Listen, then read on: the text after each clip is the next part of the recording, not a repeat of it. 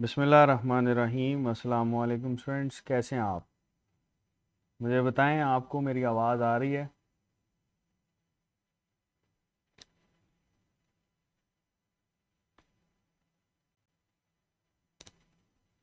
जी बेटे, मुझे बताएं, आपको आवाज़ आ रही है? ओके जी। So am I loud and clear?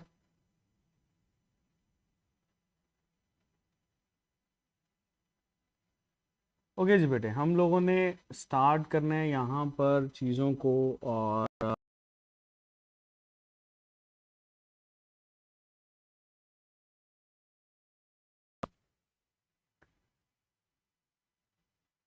Sir थोड़ा जल्दी बोलें, फजीला।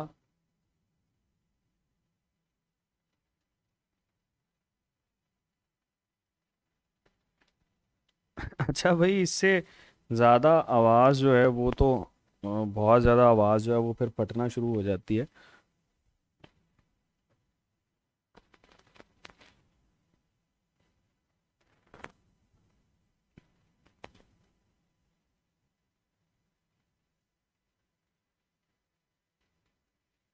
चलें जी बेटे, स्टार्ट करते हैं। हमारे पास सबसे पहले, अच्छा एक चीज़ आपने शुरू में ये क्लियर करनी है कि हम ना अब थोड़ा सा चीज़ों को, टॉपिक को डिस्कस करेंगे।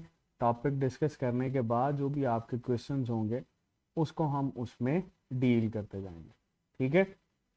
सो ये बेटे हो सकता है आपके इंटरनेट की वजह से यहाँ से बिल्कुल क्लियर है। चलें स्टार्ट कर रहे हैं बेटे। टॉपिक है हमारे पास दैट इज ब्लड वेसल। और ये बात याद रखिएगा कि ब्लड वेसल के साथ बहुत सारी टर्म्स एसोसिएटेड होती हैं। जैसे हमारे पास एक टर्म इसमें वेसल के लिए यूज की जाती है, दैट इज एनजीओ।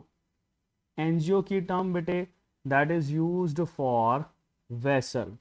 ठीक है? और अगर आपके पास ये पूछा जाए angiology, that will be the study of blood vessels. अच्छा, इसी के साथ मिलती जुलती कुछ और टर्म्स होती हैं। जैसे आप लोग पढ़ोगे एंजियोप्लास्टी। ये एंजियोप्लास्टी की टर्म बेटे ये भी वेसल के ऊपर काम होता है। फिर हमारे पास होती है दैट इज एंजियोग्राफी। ये भी बेटे वेसल के साथ ही हमारे पास एसोसिएटेड होता है। और एक होती है एंजियोजेनेसिस।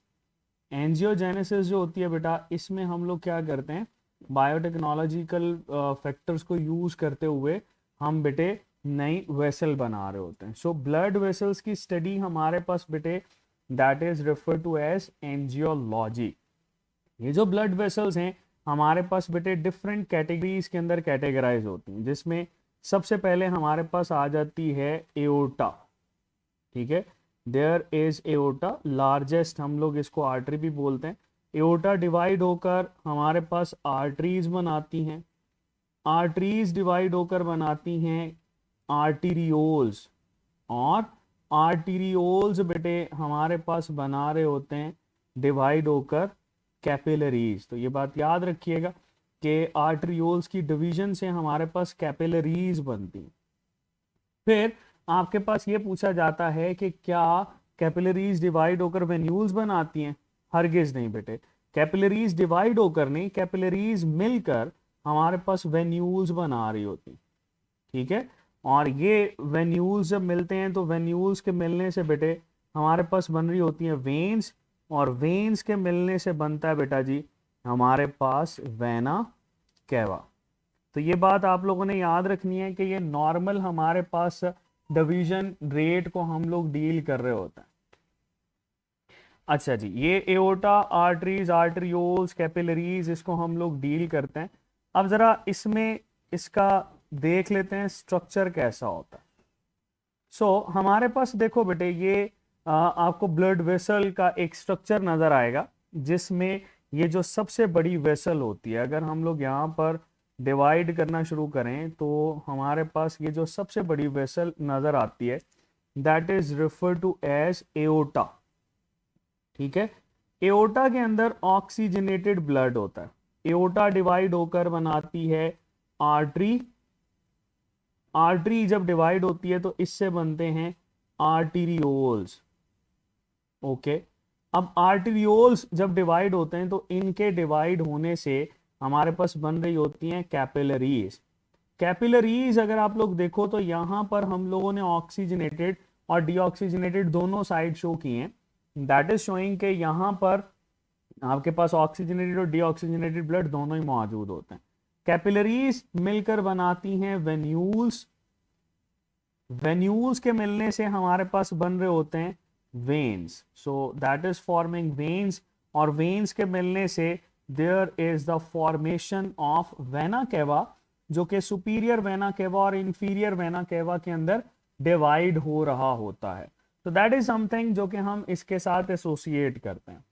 अब आप लोगों ने इसके डिफरेंशिएटिंग फीचर्स डील करने हैं कि कौन सी चीज किस में मौजूद होती है। सबसे पहले हम लोग डील करते हैं इसमें वेल्व को। वेल्व्स नॉर्मली आर्टरीज के अंदर एब्सेंट होते हैं, लेकिन ये जो एओर्टा है इसकी बेस के ऊपर हमें वेल्व नजर आता है। इस वेल्व को हम लोग लेबल कर रहे होते हैं as aortic valve, that is refer to as aortic valve. ये हमारे पास एओर्टिक वेल्व कहलाता है, ठीक है।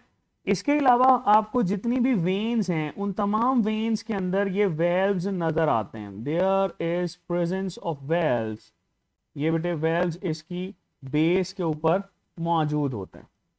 अच्छा, क्या एओर्टा के अलावा किसी और वेसल के अंदर, आर्टरी के अंदर आपको ये वेल्व्स नजर आते हैं? बिल्कुल नजर आते हैं। हमारे पास एक आर्टरी होती है जिसको हम लोग बोलते हैं pulmonary arteries. They are pulmonary arteries. Pulmonary arteries की बेस के ऊपर हमें ये वेल्व नजर आता है, और इस वेल्व को हम लोग लेबल कर रहे होते हैं as semi lunar valve. There is semi lunar valve in it. अच्छा, तो ये वेल्व्स के हवाले से क्लियर हो गया। वेल्व्स हमेशा बेटे वन वे फ्लो को मेंटेन करते हैं, यानी आपके पास जब भी ब्लड फ्लो को डिस्कस किया जाएगा तो ये ब्लड हमेशा वन वे डायरेक्शन के अंदर ट्रेवल करता है। That would be just like this, और यहां से फिर एक्सचेंज करने के बाद that will move into the veins, और वेन्स से होता हुआ ये हमारे पास एंटर हो जाएगा वेना केवा के अंदर। सो that is the flow of blood. फिर हम लोग ये डील करते हैं कि हमारे पास ये जो फ्लो मेंशन किया जाता है ये आपके पास एओर्टा से शुरू होता है, वेना केवा की तरफ मूव कर रहा होता है। आपके पास एक चीज जो बड़ी क्लियर है, हार्ट से अवे कौन सी वेसल्स होती हैं? आपने याद रखना है कि हार्ट से अवे हमें हमेशा एओर्टा आर्टरियोल्स नजर आती हैं। हार्ट से दूर जो हैं ये आर्टरीज नजर आती हैं, अवे फ्रॉम हार्ट। और हार्ट की तरफ कौन जा रही होती है? हार्ट की तरफ जा रही होती है ये वेन्स। तो ये हार्ट के लिहाज से डायरेक्शन हमारे पास मेंशन की जाती है। फिर हमारे पास ये पूछा जाता है, ये आर्टरीज को हम लोगों ने या आर्टरियोल्स को रेड कलर के साथ शो किया। इट मींस कि यहां पर ऑक्सीजनेटेड ब्लड होता है, और वेन्यूल्स, वेन्स और वेना केवा इसको ब्लू कलर के साथ शो किया। इट मींस कि यहां पर डीऑक्सीजनेटेड ब्लड होता है। सो ऑक्सीजनेटेड ब्लड कैरी करना आर्टरीज का काम है, डीऑक्सीजनेटेड का ब्लड कैरी करना वेन्यूल्स का काम है। क्या कोई ऐसी आर्टरीज होती हैं जो कि ऑक्सीजनेटेड ब्लड कैरी नहीं कर रही होती? बिल्कुल, इसमें तो पहला हमारे पास यही आ जाएंगी पल्मोनरी आर्टरीज। दूसरा आप लोगों ने यहां पर याद रखनी है अम्बलाइकल आर्टरीज। अम्बलाइकल आर्टरीज जो हैं they also carry deoxygenated blood, ठीक है। ये आपके पास मदर बॉडी के अंदर डेवलप करती हैं, इनको टेम्पररी आर्टरीज भी बोलते हैं, थोड़ी देर के लिए बनती हैं। फिर हमारे पास बहुत सारी ऐसी वेन्स भी हैं जो कि डीऑक्सीजनेटेड ब्लड की बजाय ऑक्सीजनेटेड ब्लड कैरी करती हैं। वो कौन सी हैं? पहला हमारे पास आ जाती हैं पल्मोनरी वेन्स। पल्मोनरी वेन्स ये ऑक्सीजनेटेड ब्लड कैरी कर रही होती हैं।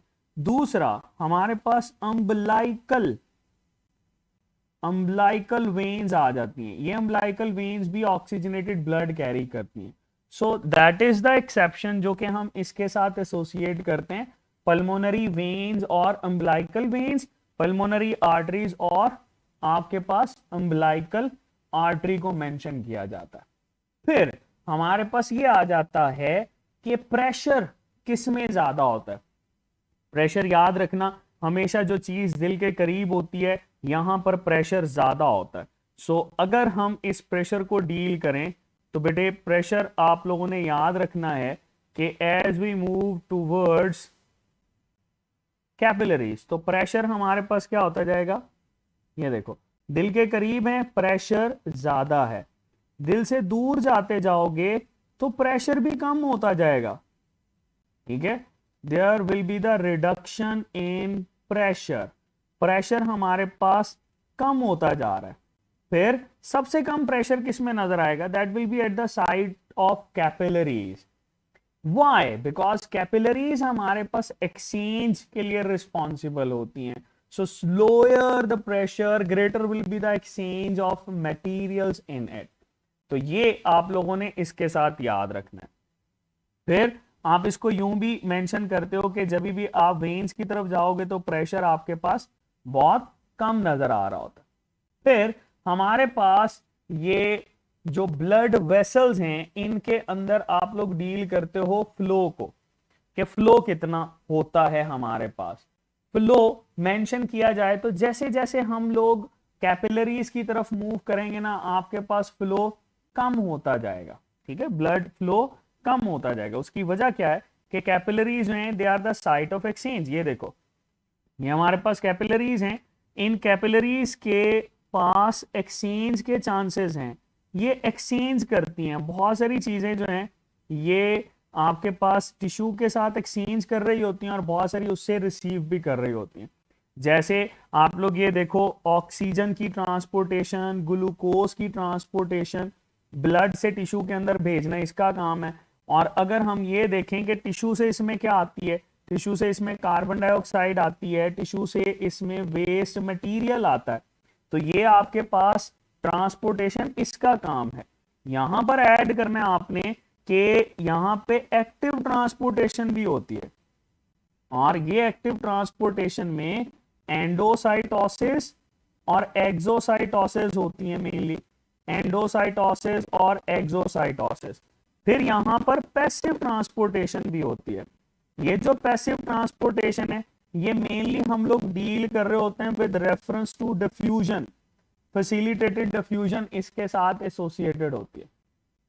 ये हमारे पास साइट है एक्सचेंज ऑफ कैपिलरीज के ऊपर।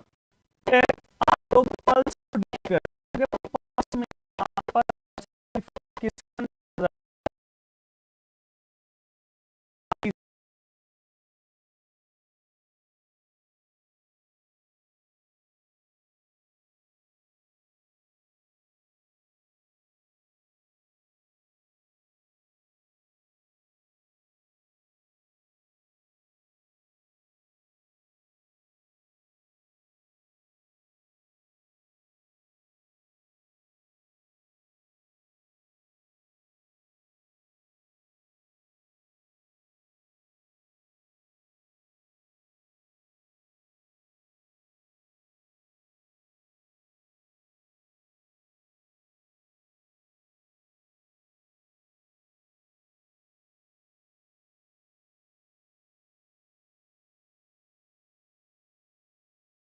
डिपेंड कर रही होती है इसके स्ट्रक्चर के ऊपर।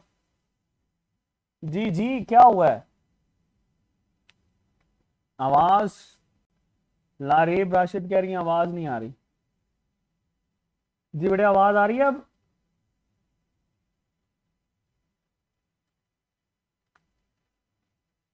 कशमाला, लारेब,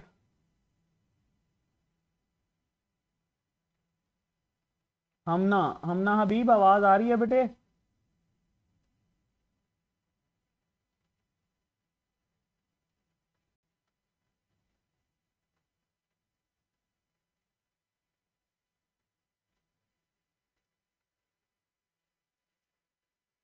अच्छा कुछ बच्चे कह रहे हैं आ रहे हैं, कुछ कह रहे हैं नहीं आ रही।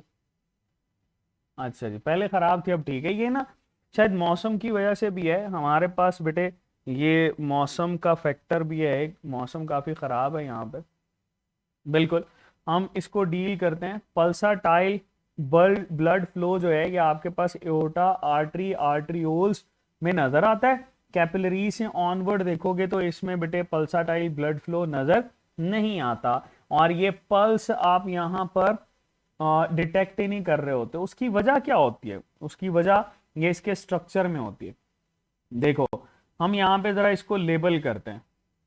हमारे पास ये जो सबसे आउटर लेयर होती है, दैट इज दिस वन, इसको क्या बोलते हैं हम लोग? क्या बोलते हैं? That is refer to as tunica externa. Tunica का मतलब है लेयर, और एक्सटर्ना का मतलब होता है बेटे सबसे बाहर वाली लेयर। ठीक है जी, तो ये ट्यूनिका एक्सटर्ना सबसे बाहर वाली लेयर होती है, कनेक्टिव लेयर होती है। इसको बेटे कनेक्टिव लेयर भी हम लोग बोलते हैं, दैट इज कनेक्टिव लेयर। फिर आगे चलते हैं, हमारे पास इससे आगे ये जो मिडल लेयर हमें नजर आती है, दैट इज मिडल लेयर। इस मिडल लेयर को हम लोग लेबल कर रहे होते हैं ट्यूनिका मीडिया। ट्यूनिका मीडिया जो है ये आपके पास मिडल लेयर है, इसमें बेटे स्ट्रक्चर्स को हम लोग डील करते हैं। जैसे अगर ये आर्टरी है, फर्ज कर लो ये हमारे पास आर्टरी है, तो आर्टरी के अंदर बेटे इसमें ट्यूनिका मीडिया में हमें दो मेन चीजें नजर आएंगी। एक तो सर्कुलर स्मूथ मसल्स नजर आते हैं, ठीक है, सर्कुलर स्मूथ मसल्स की तादाद ज्यादा होती है। दूसरा बेटे इसमें हमारे पास इलास्टिक फाइबर ज्यादा होते हैं, there is increased number of elastic fibres, जिसकी वजह से बेटा ये हमारे पास प्रेशर को बर्दाश्त कर सकते हैं।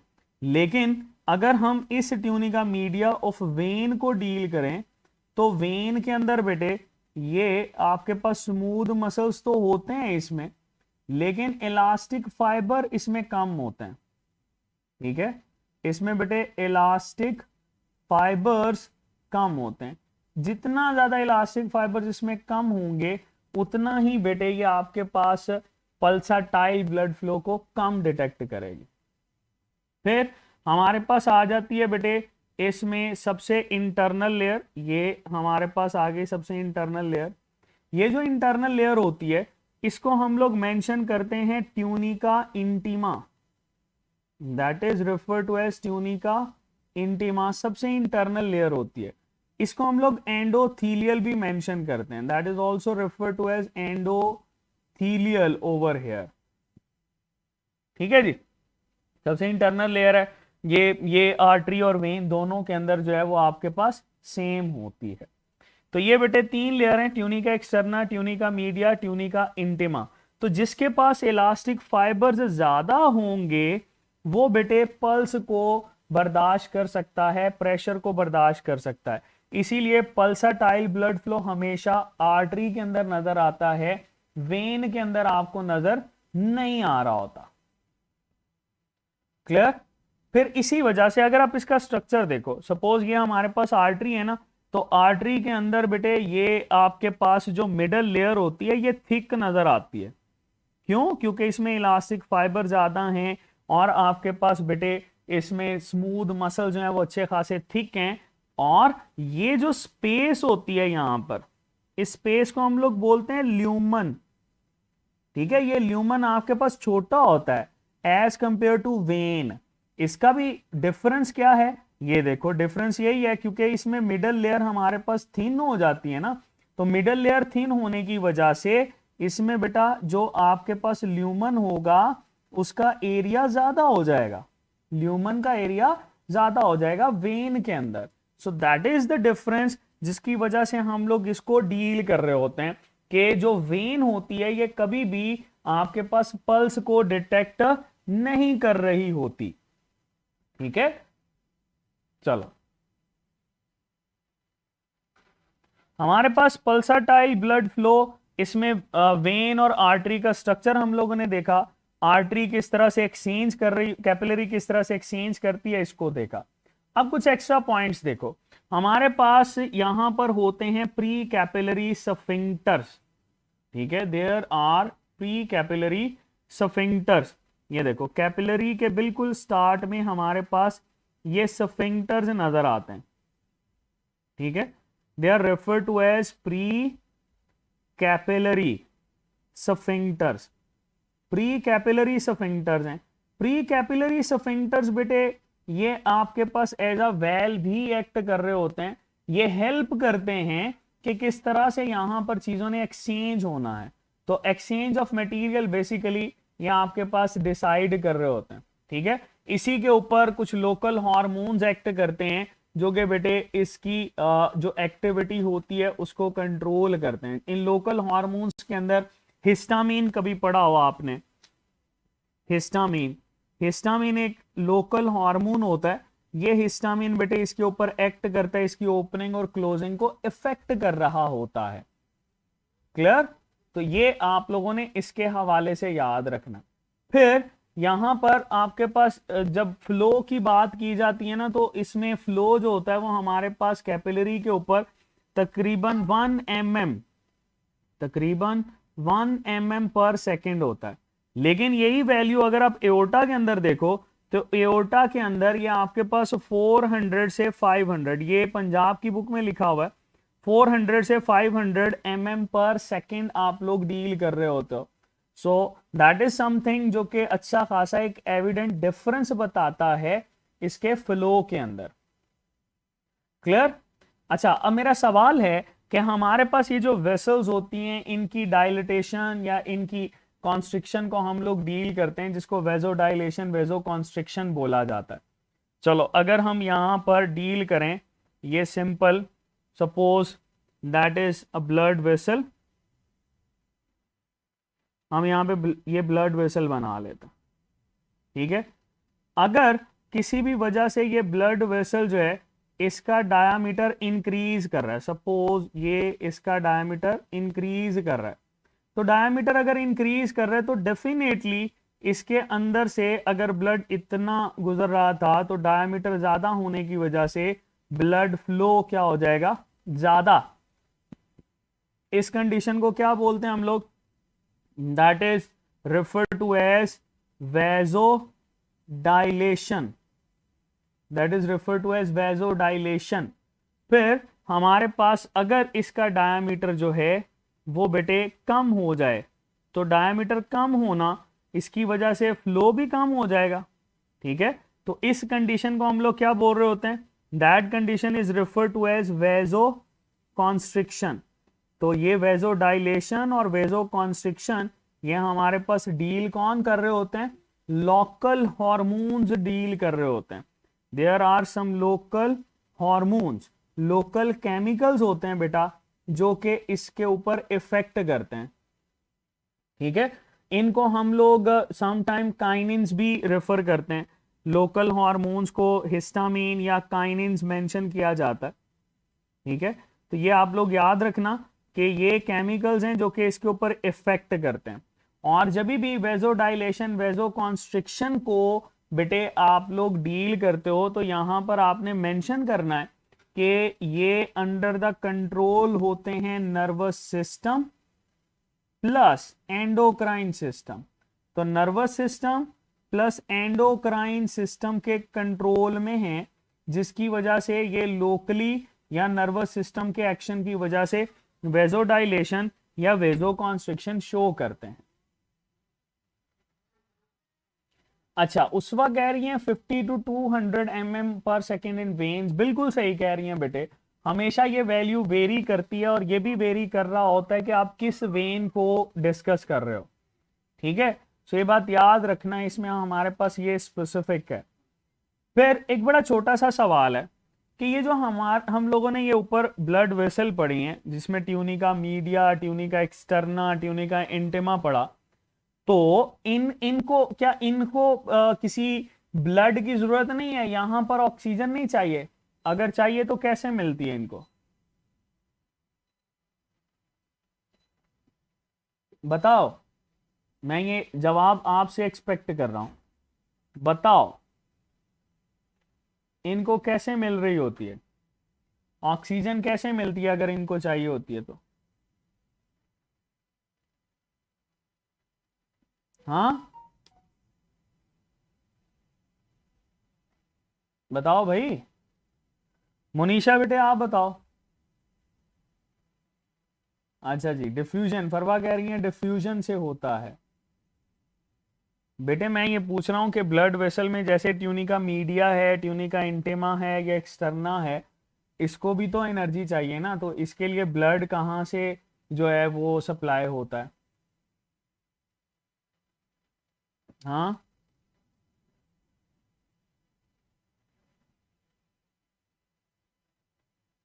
बताओ, क्या हो गया?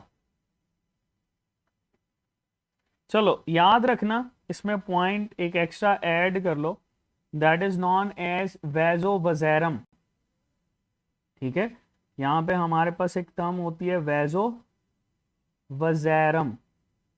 ये वैजोवज़ैरम क्या होता है?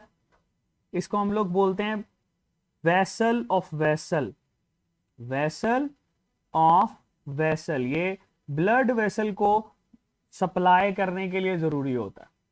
ठीक है, तो ये इंपॉर्टेंट है, इसको अगर आप ऐड करना चाहते हो तो अपने नोट्स में ऐड कर लेना। क्लियर? तो ये बेटे हमारे पास वेजो वजैरम की टर्म यहां पर एसोसिएटेड होती है। फिर हमारे पास बहुत सारे ऐसे एरियाज भी हैं जो ए वेस्कुलर होते हैं। बताओ कौन से ऐसे एरियाज हैं जो ए वेस्कुलर हैं, मतलब जिनको ब्लड वेसल की जरूरत ही नहीं होती? ए वेस्कुलर एरियाज कौन कौन से हैं?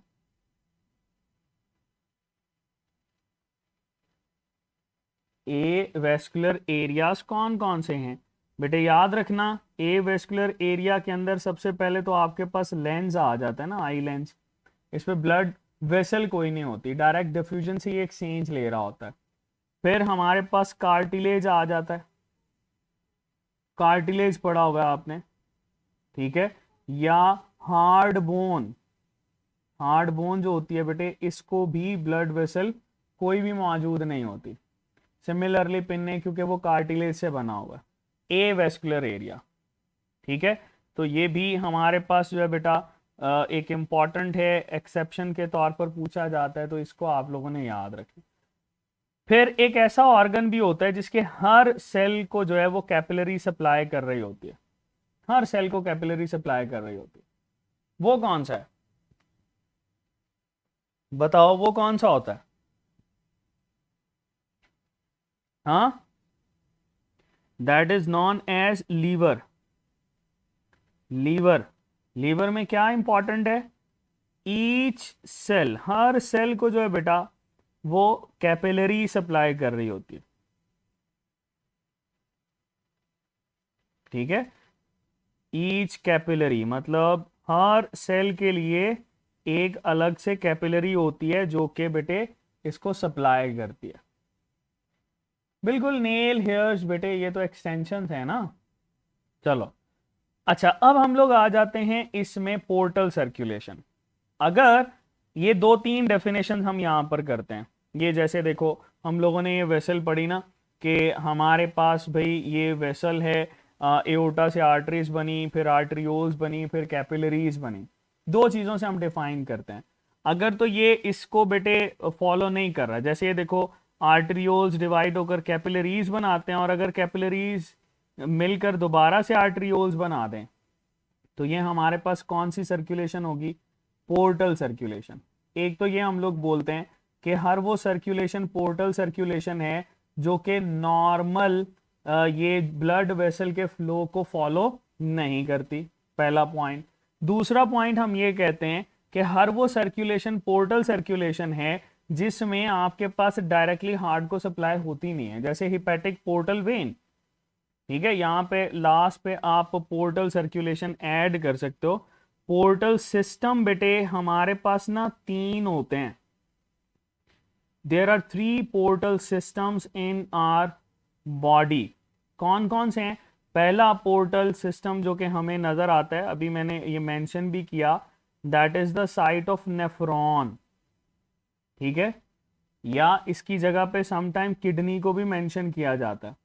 सो बेटे ये हमारे पास पोर्टल सर्कुलेशन शो करता है। दूसरा हमारे पास आ जाता है लीवर।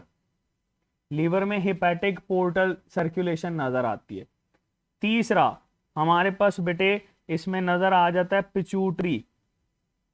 पिट्यूटरी की साइड के ऊपर आपको पोर्टल सर्कुलेशन नजर आ रही होती है। सो देयर आर 3 साइट्स जिसको हम लोग पोर्टल सर्कुलेटरी साइट्स बोल रहे होते हैं और इसके अंदर मौजूद होती है।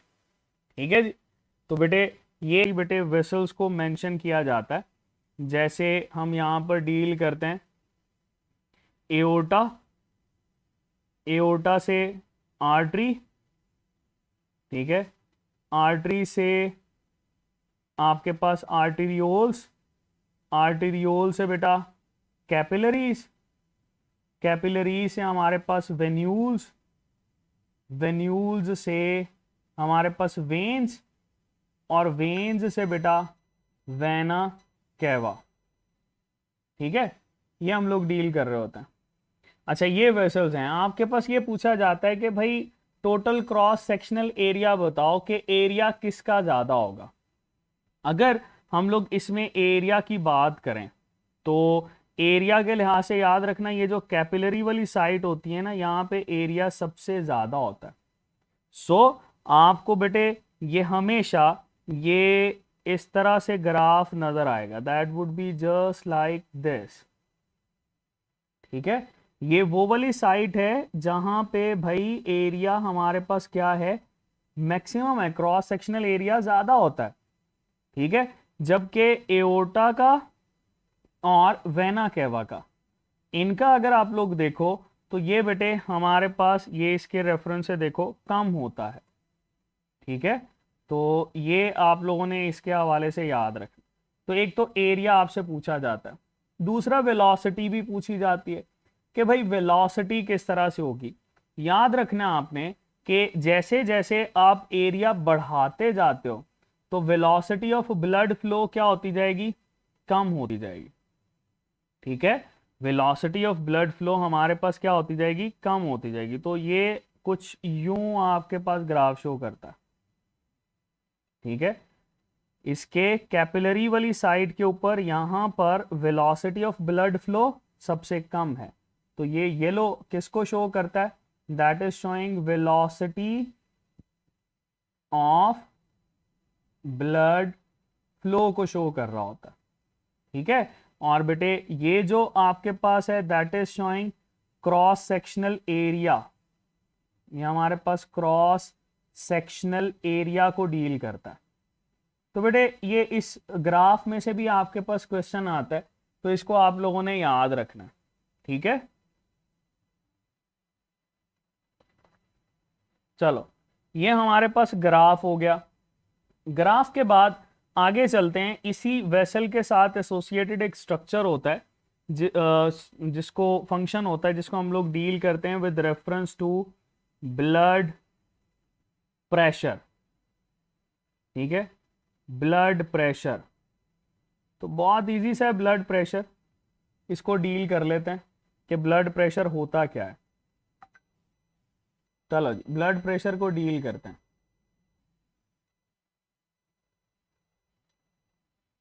देखते हैं जी, हमारे पास बेटे ब्लड प्रेशर एसोसिएट होता है कि आपके पास ना ये जो वेसल है, सपोज हम यहां पर ड्रॉ करते हैं कि भाई हमारे पास ये एक वेसल, ठीक है, दैट इज द वेसल।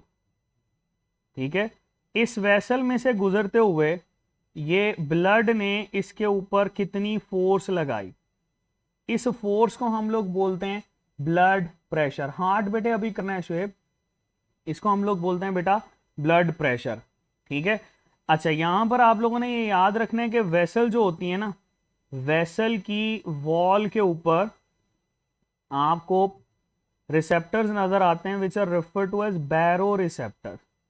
ये बैरो रिसेप्टर्स हमारे पास प्रेशर को डिटेक्ट करने वाले रिसेप्टर्स होते हैं। तो हार्ट के अंदर हम पढ़ेंगे दो फेजेस होती हैं जिसमें आपके पास बेटे कॉन्ट्रैक्शन आ जाती है, रिलैक्सेशन या सिस्टली और डायस्टली बोलते हैं।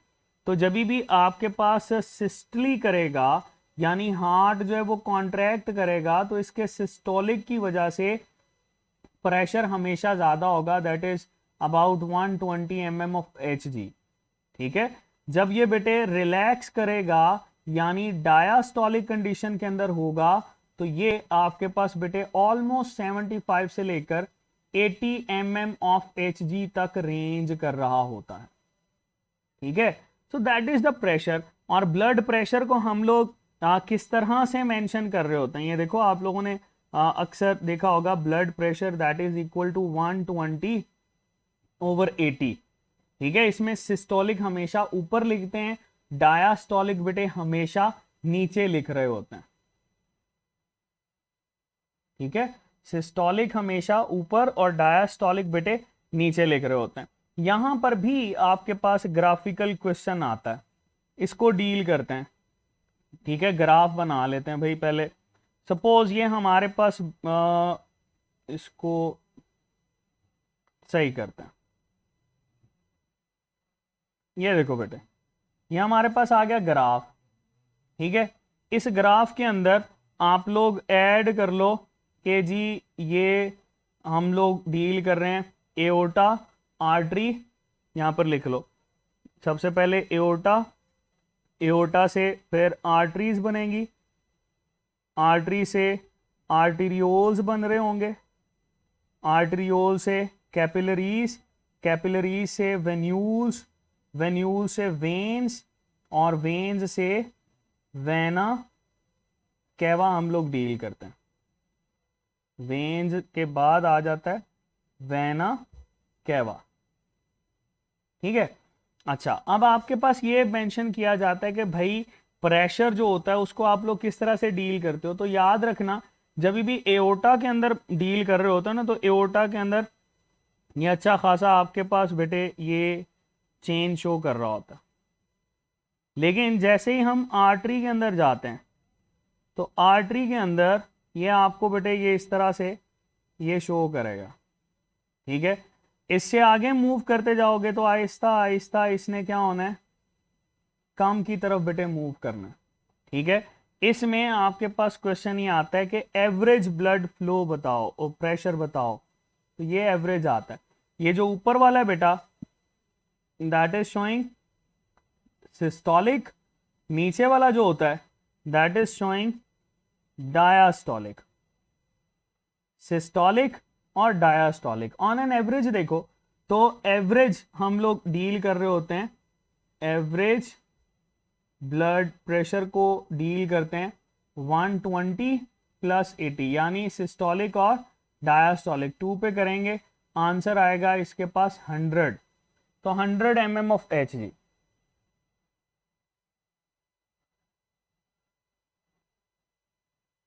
ठीक है, तो आपके पास ये क्वेश्चन आता है कि बीपी मैयर करने के लिए या ब्लड प्रेशर मैयर करने के लिए इंस्ट्रूमेंट कौन सा होता है, तो सफिग्मो मैनोमीटर हम लोग इसको बोलते हैं, दैट इज सफिग्मो मैनोमीटर। वैसे आजकल तो ये डिजिटल भी आ चुके हुए हैं, इसको भी आप लोग डील कर सकते हो।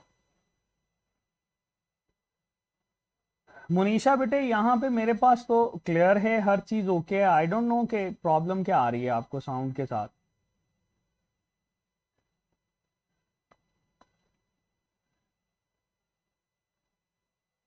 ठीक है जी, ये बेटे हमारे पास ब्लड प्रेशर को एसोसिएट करते हैं, इससे रिलेटेड जो चीज़ें थी वो हम लोगों ने डील की।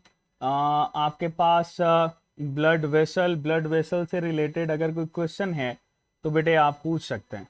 यू गॉट जस्ट 5 मिनट्स, इसके बाद हम फिर नेक्स्ट टॉपिक को स्टार्ट कर देंगे, that will be the heart, human heart को डील करेंगे। ओके जी, क्लियर है।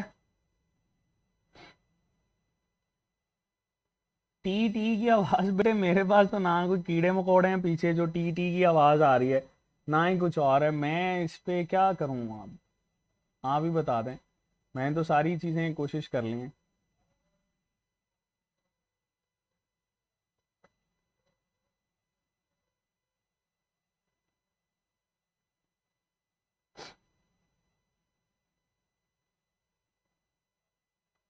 माइट बी पॉसिबल, सायरा सही कह रही है, that is because of humidity. Mic तो बेटे, माइक हर दफा ही यही होता है।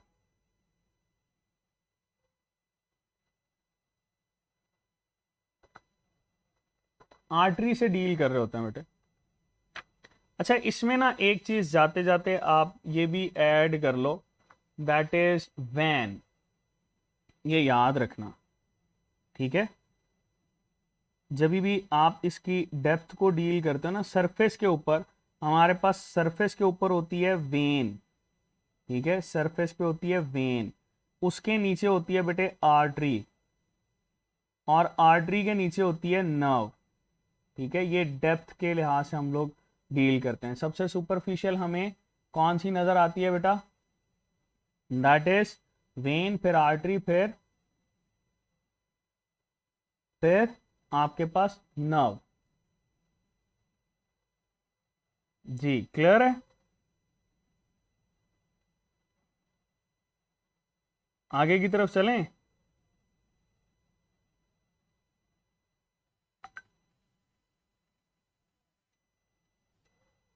लेयर्स को रिपीट कर देते हैं, चलो। लेयर्स बेटे हमारे पास 3 लेयर्स होती हैं।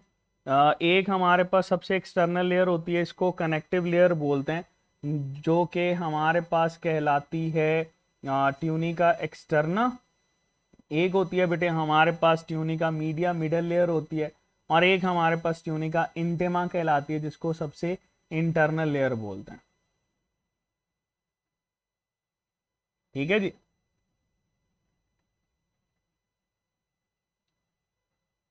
अच्छा, एक पूछ रहे हैं सर, आपने कहा कि हार्ट से आर्टरीज होती हैं, एक पूछ रहे हैं फेनेस्ट्रेटेड कैपिलरीज कौन सी होती हैं। बेटा ये तो टाइनी ब्लड वेसल्स को बोलते हैं, ठीक है। इनमें छोटे छोटे पोर्स होते हैं जो कि आपके पास एक्सचेंज के लिए रिस्पॉन्सिबल होते हैं।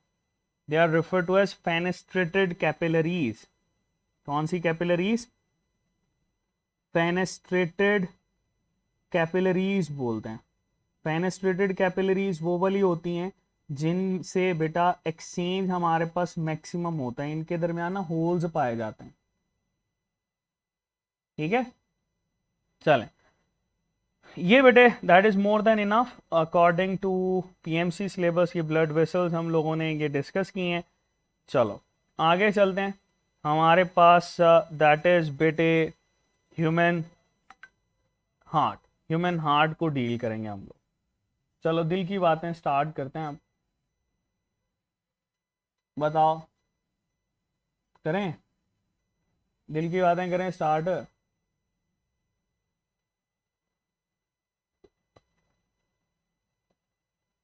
हाँ, कोई मसला है तो बता दो।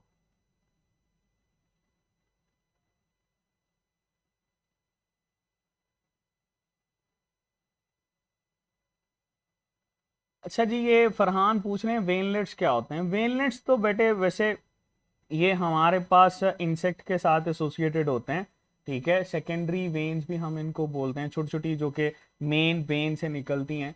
और ये बेटे अगर आप वेनलेट को ऐड करना चाहते हो तो that is simply smaller veins या सेकेंडरी वेन्स हम लोग लेबल कर रहे होते हैं, ठीक है जी। चलो ह्यूमन हार्ट की तरफ चलते हैं बेटा। ह्यूमन हार्ट हमारे पास that is the topic.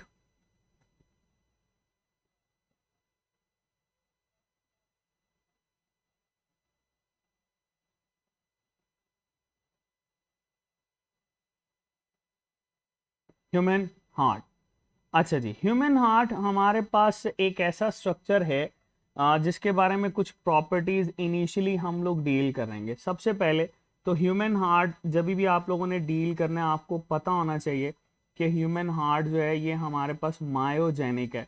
Myogenic बोलते हैं मस्कुलर स्ट्रक्चर्स को, दैट इज मस्कुलर स्ट्रक्चर। फिर ये हॉलो चेम्बर भी कहलाता है, दैट इज हॉलो चेम्बर। इसके अंदर ना 4 बेटे आपको चेम्बर्स नजर आते हैं।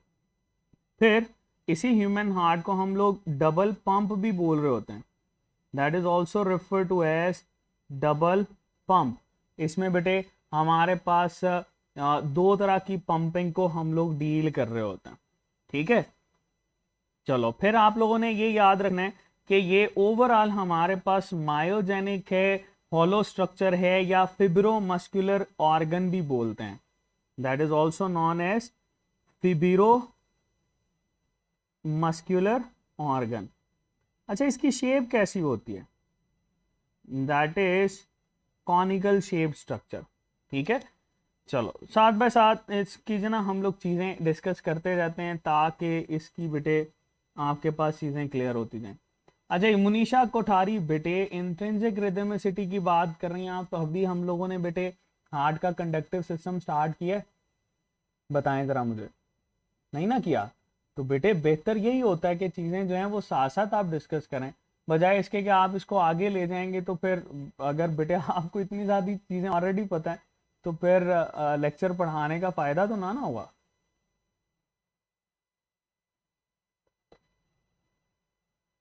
तो बेटे लिंक रहें, हाँ, जहाँ पे आपको लगता है कि प्रॉब्लम है आप उसको डील कर सकते हैं। चलो जी, हमारे पास बेटे ये लोकेट कहाँ पे कर रहा होता है? 2-3 रीजन, जैसे आप लोग कहते हो कि थोरेसिक केज के अंदर होता है, बिल्कुल सही है। इसी थोरेसिक केज की जगह पे आपके पास ये भी मेंशन किया जाता है कि चेस्ट कैविटी में होता है, बिल्कुल सही है। इसकी जगह पे सम टाइम ये भी मेंशन किया जाता है कि रिब केज में होता है, बिल्कुल सही है। ठीक है, ये दोनों तीनों टर्म जो है हमारे पास बेटे ये इस कैविटी के हवाले से डिस्कस की जाती है। फिर हमारे पास ये कहा जाता है कि हार्ट की लोकेशन जो होती है ये स्टर्नम से ना, स्टर्नम से ये ऑलमोस्ट बेटे 9 सेंटीमीटर अवे होता है। ठीक है, लेफ्ट साइड के ऊपर 9 सेंटीमीटर स्टर्नम से। और अगर स्पेस की बात करें तो that is present in mediastinal space. ये मेडिएस्टिनल स्पेस हम लोगों ने पढ़ी थी, ये लंग्स के दरमियान में बेटे मौजूद होती है, उसको मेडिएस्टिनल स्पेस बोलते हैं या मेडिएस्टिनम उस एरिया को बोला जाता है। ठीक है, हमारे पास बेटे इसी हार्ट की सम टाइम आपके पास ये बेटे लिमिटेशन पूछी जाती है। तो जब भी आपके पास लिमिटेशन पूछी जाए तो लिमिटेशन के हवाले से बेटे आप लोगों ने याद रखना है कि ये second intercostal space, second intercostal space जो होती है इससे शुरू होता है और फिफ्थ इंटरकॉस्टल स्पेस तक जाता है। सेकंड से शुरू होता है और कहां तक जा रहा होता है? फिफ्थ इंटरकॉस्टल स्पेस तक बेटे ये रेंज करता है। अच्छा, अब यहां पर सवाल आता है कि हार्ट की रेंज तो आपने बता दी, फिर फरवा बेटे बिल्कुल डिस्कस करते हैं, अभी थोड़ा सा टाइम दे, मैं सारी चीजें डिस्कस करता हूँ, इसको स्टार्ट तो करने दें। ठीक है, हमारे पास बेटे ये जो सेकेंड इंटरकॉस्टल स्पेस होती है इस पे आप लोगों ने याद रखना है बेस ऑफ हार्ट होती है। बेस ऑफ हार्ट के ऊपर right atrium plus left atrium ये आपके पास मौजूद होता है। फिफ्थ इंटरकॉस्टल जो आपके पास स्पेस होती है इस पे एपेक्स ऑफ हार्ट होता है और इसको लेफ्ट वेंट्रिकल हम लोग बोल रहे होते हैं। ठीक है, यानी लेफ्ट वेंट्रिकल की प्रेजेंस जो है वो आपके पास किसके साथ एसोसिएटेड है? That is associated with apex of heart. ठीक है, ये इसकी लिमिटेशन को हम लोग डील कर रहे होते हैं। ठीक है जी, चलो हमारे पास बेटे इस पूरे हार्ट के गिर्द एक स्पेस नजर आती है जिसको बोलते हैं पेरिकार्डियल स्पेस, और ये जो पाउच होती है इसको बोलते हैं पेरिकार्डियम। पेरिकार्डियम, पेरिकार्डियम बेटे इसकी पाउच भी कहलाती है, that is also known as pouch of heart. मुझे ये बताओ कि ये जो हमारे पास हार्ट होता है इसमें कितनी बेटे पेरिकार्डियम की लेयर्स होती हैं? हाँ, कितनी लेयर होती हैं बताओ? 2 लेयर होती हैं बेटे, ये हमारे पास डबल लेयर्ड स्ट्रक्चर है, ये बात याद रखना है। पेरिकार्डियम जो है that is double layered structure. और इसकी दोनों लेयर्स के दरमियान में ना फ्लूइड पाया जाता है, उसको बोलते हैं पेरिकार्डियल फ्लूइड। ये पेरिकार्डियल फ्लूइड जो होता है बेटा, इसका वॉल्यूम हमारे पास देखें तो ये अप टू 50 ml तक हो सकता है, ठीक है, वेरी करता है वैसे, लेकिन ऑन एन एवरेज हम लोग 50 ml कंसीडर कर रहे होते हैं। तो ये बेटे हमारे पास पेरिकार्डियल फ्लूइड, पेरिकार्डियल स्पेस, ये काम क्या करती है, that prevent heart from over extension, ठीक है, ये हमारे पास prevent heart from over extension, over extension से या स्ट्रेच करने से बेटे बचाना, ये किसका काम होता है, ये इसका काम होता है, बिल्कुल बेटे इसको प्रोटेक्टिव सैक बोल रहे होते हैं, ठीक है जी। चलो अब जरा हम लोग डील कर लेते हैं इस हार्ट को। देयर इज हार्ट, जो कि आपको बेटे यहां पर नजर आ रहा है, एक बिल्कुल खूबसूरत सा हार्ट है। ओके जी, हमारे पास बेटे इसमें कुछ आप लोग इंटरनल स्ट्रक्चर को देख रहे हो, तो इंटरनल स्ट्रक्चर में बेटे हमारे पास यहाँ पे ना चेम्बर नजर आते हैं। इन चेम्बर्स में हम लोग डील करते हैं कि ये देखो, that is refer to as right atrium, ठीक है, ये हमारे पास राइट एट्रियम है, ये बेटे लेफ्ट एट्रियम, ये राइट वेंट्रिकल, और ये हमारे पास लेफ्ट वेंट्रिकल आ जाता है, ठीक है। 4 चेम्बर्स है ना, तो 4 चेम्बर्स को हम लोग डील कर रहे होते हैं इसके साथ। 2 थिन वॉल चेम्बर होते हैं, 2 थिक वॉल चेम्बर्स होते हैं। तो अगर यहाँ पर ऐड करना चाहते हो तो चेम्बर्स को आप लोग ऐड कर सकते हो इसमें बेटा जी। 2 थिन वॉल्ड चेम्बर्स वो वाले हैं जिनकी वॉल बहुत बारीक होती है, और 2 बेटे हमारे पास थिक वॉल्ड होते हैं। इन थिक वॉल्ड को हम लोग बोलते हैं वेंट्रिकल्स। यही वेंट्रिकल्स बेटे आपके पास मेन चेम्बर्स भी कहलाते हैं, ठीक है। और इसमें आप लोगों ने ये पढ़ा होगा कि हमारे पास ये जो लेफ्ट वेंट्रिकल होता है, left ventricle that is equal to 3 times of right ventricle. अगर राइट वेंट्रिकल को आप 3 के साथ मल्टीप्लाई करोगे ना, तो लेफ्ट वेंट्रिकल की थिकनेस आपके पास आएगी, ठीक है। तो बेटे ये हमारे पास इसमें कुछ चीजें हम लोग डील कर रहे होते हैं जो कि इसमें एडअप होती हैं। तो ये तो चेम्बर्स हमारे पास नजर आते हैं। इन चेम्बर्स के साथ फिर हम लोग डील करेंगे कि कौन कौन सी चीजें भाई इसके साथ एसोसिएटेड होती हैं और किस किस तरह से रिलेट कर रही होती हैं। चलो देखते हैं। हमारे पास बेटे ये जो राइट एट्रियम होता है, राइट एट्रियम के अंदर कौन सा ब्लड आता है, पहले तो ये बताओ। राइट एट्रियम के अंदर बेटे हमारे पास ब्लड आता है डीऑक्सीजनेटेड ब्लड, ठीक है। और ये बात याद रखना, ये डीऑक्सीजनेटेड ब्लड इसके अंदर ड्रेन होता है, डीऑक्सीजनेटेड ब्लड।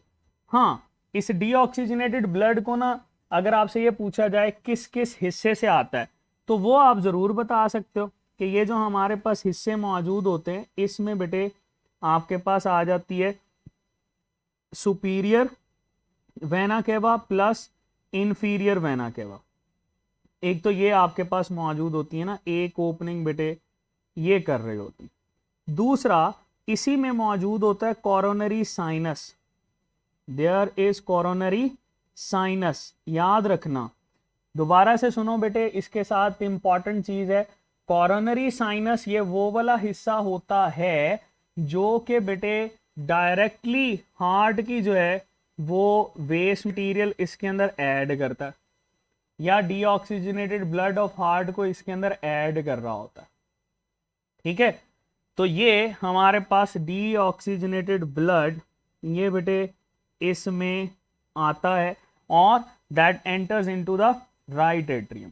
इस सवाल को बेटे यूं भी पूछा जाता है कि राइट एट्रियम के अंदर कौन कौन सी चीज ड्रेन करती है। तो यहां पर मैं लिख देता हूं, ठीक है। जैसे superior vena cava plus inferior vena cava, और इसके साथ आप कोरोनरी साइनस, ठीक है, या हार्ट को लिख लो। तो ये बेटे आपके पास ड्रेन कर रहे होते हैं, they drain into right atrium. Right atrium के अंदर बेटे ये हमारे पास क्या करते हैं, ड्रेन कर रहे होते हैं। ठीक है, चलो राइट एट्रियम से ये आपके पास बेटे राइट वेंट्रिकल की तरफ जाता है, लेकिन इसके दौरान हमें यहां पर बेटे ये स्ट्रक्चर नजर आता है जो कि इसको कनेक्ट करके रखता है। इस स्ट्रक्चर को हम लोग बोलते हैं वेल्व। ठीक है, राइट एट्रियम और राइट वेंट्रिकल के दरमियान ये जो वेल्व होता है that is referred to as tricuspid valve. ये बेटे ट्राइकस्पिड वेल्व कहलाता है। ठीक है, अब ये बात याद रखना, ट्राइकस्पिड वेल्व इसको हम लोग शो कैसे करते हैं। सपोज बेटे ये हमारे पास एक स्ट्रक्चर है, ठीक है, और ट्राइकस्पिड वेल्व जो होता है that is just like this. ठीक है, ये बेटे 3 कस्प आपको नजर आते हैं।